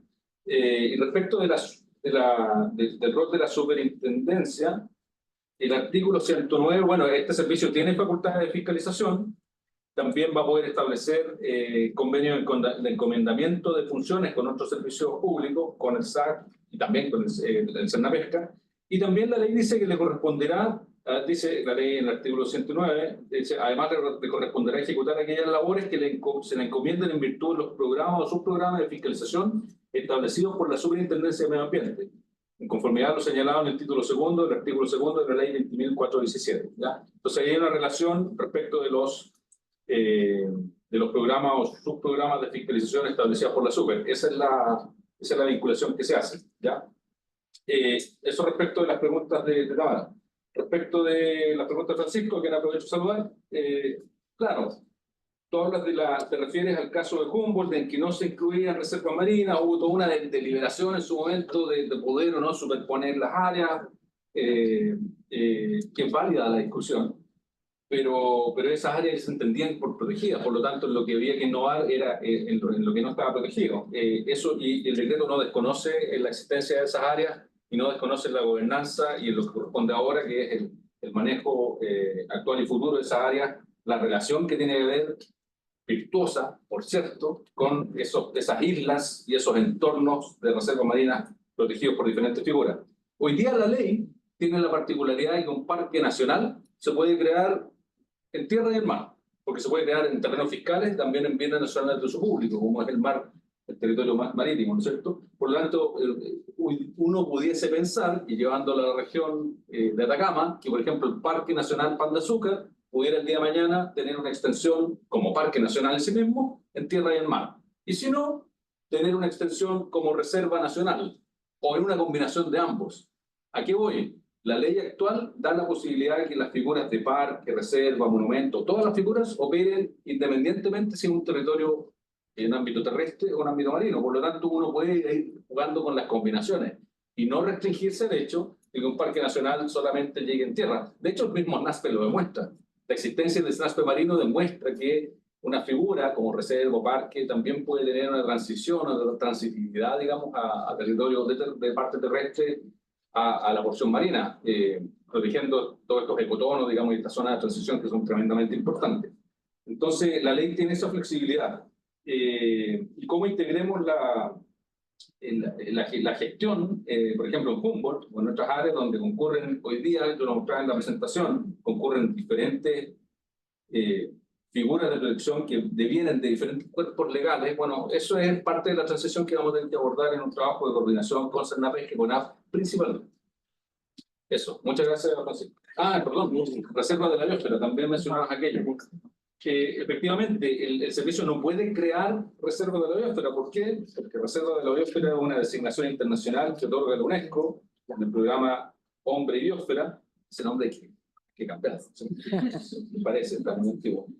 Y un reconocimiento de una designación. Y lo que dice es que el servicio promoverá cuando corresponda, y cuando corresponde, cuando haya una designación, ¿no es cierto?, de la UNESCO, el uso sustentable de los recursos naturales y la utilización. Y sabemos que las reservas de la biosfera tienen esta visión de zonas núcleo, zonas buffer y zonas de transición. La ley, y también tenemos que ser inteligentes en cómo tomamos el artículo 3º. La ley establece definiciones de corredor biológico, artículo 3º, número 9, y artículo 3º, número 33, habla de zonas de amortiguación. Pero entiendo que después ya no lo ocupa más en la ley. Pero ahí tenemos espacio, pues en el reglamento hay espacio como empezar a jugar con ese tipo de cuestiones. Y yo creo que hay que ser inteligente, creativo, digamos, y siempre en el marco legal, empezar a colocar estos conceptos como parte de las piezas del juego territorial de, bueno, entonces, cómo el Estado promueve y cómo el servicio promueve dentro de una reserva de la biosfera el que haya un parque nacional, una reserva, pero también con un corredor, con una zona de amortiguación. Y que, claro, ahí también hay que ser creativo e inteligente respecto de cómo se entienden figuras como la OMEC. El aporte ahí, yo creo que desde los privados, yo creo que es fundamental. Yo creo que este es el momento en que tenemos que innovar, y con el sector privado tenemos que saber bien innovar cómo el entorno de una área protegida, máximo cuando estamos hablando de una zona de reserva de la biosfera, efectivamente se vuelve un ejemplo, un modelo territorial de sustentabilidad. Pero no tengo más respuesta que esa respuesta genérica, pero que la ley te da esa alternativa de posibilidad. Gracias por la pregunta. Gracias, Diego. Bueno, y también agradecer, tuvimos más de 50 preguntas, no somos capaces aquí en el tiempo de poder sacarlas todas, pero sí quiero darles un espacio de que sí nos permitan tomarnos lo que queda, ¿cierto?, entre el día y poder coordinar, porque hay algunas que no son directamente de competencia del Ministerio y que vamos a tener que generar ahí una respuesta conjunta y preguntarle a las otras instituciones que tienen competencia para poder darles respuestas a todas. Así que ahí solo les quiero pedir un poquito de paciencia, pero sí las vamos a responder, las vamos a descargar todo lo que llegó del Zoom, porque también es un ejercicio que estamos felices de que haya llegado, porque nos va a permitir abordarlo de forma asertiva para los venideros. Por lo tanto, no es pega perdida, lamentamos que en el tiempo no nos da, pero sí lo vamos a procesar para poder tener respuestas y ojalá las vamos a hacer visibles como preguntas frecuentes también, porque creemos que puede venir por ahí, son sensibilidades que estamos recogiendo.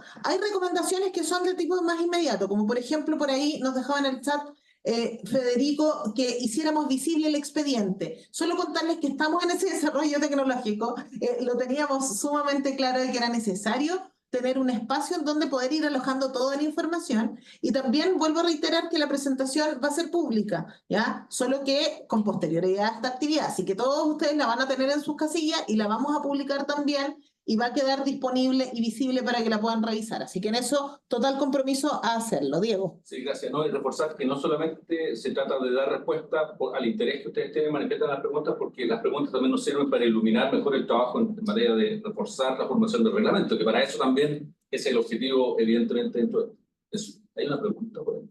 No sé si hemos preguntado. Sí, tenemos varias, pero estamos en hora, estamos en hora, teníamos algunas sí que nos habían pedido un poquito acá, los que están, existe la posibilidad de que nos quedemos aquí conversando, pero sí no quería dejar pasar algunas de esas recomendaciones que nos mencionaban acá. Por ejemplo, de territorios que nos focalizan, que nos sugieren que podamos abrirnos a la mirada de levantar esas voces más territoriales. Desde el norte nos hacían mención explícita ahí, tú mencionabas que habías ido a Copiapó, pero nos decían de Pan de Azúcar de que esa era una mirada bien particular que teníamos que tener a la vista. Así que ahí quiero recogerlo, y lo del expediente también. Solo por temas de tiempo y lamentando ahí que no tuvimos fallas en lo tecnológico, quiero agradecer a todos los que participaron, los que están acá. Quiero invitarlos, ¿cierto?, que podamos compartir. Ahí tenemos unos minutitos que nos podemos quedar por acá. Así que, sin más, quiero cerrar esta actividad formalmente de primera actividad pública de participación temprana de la elaboración del reglamento de áreas protegidas. Así que muchas gracias y que tengan una linda jornada. Pero no.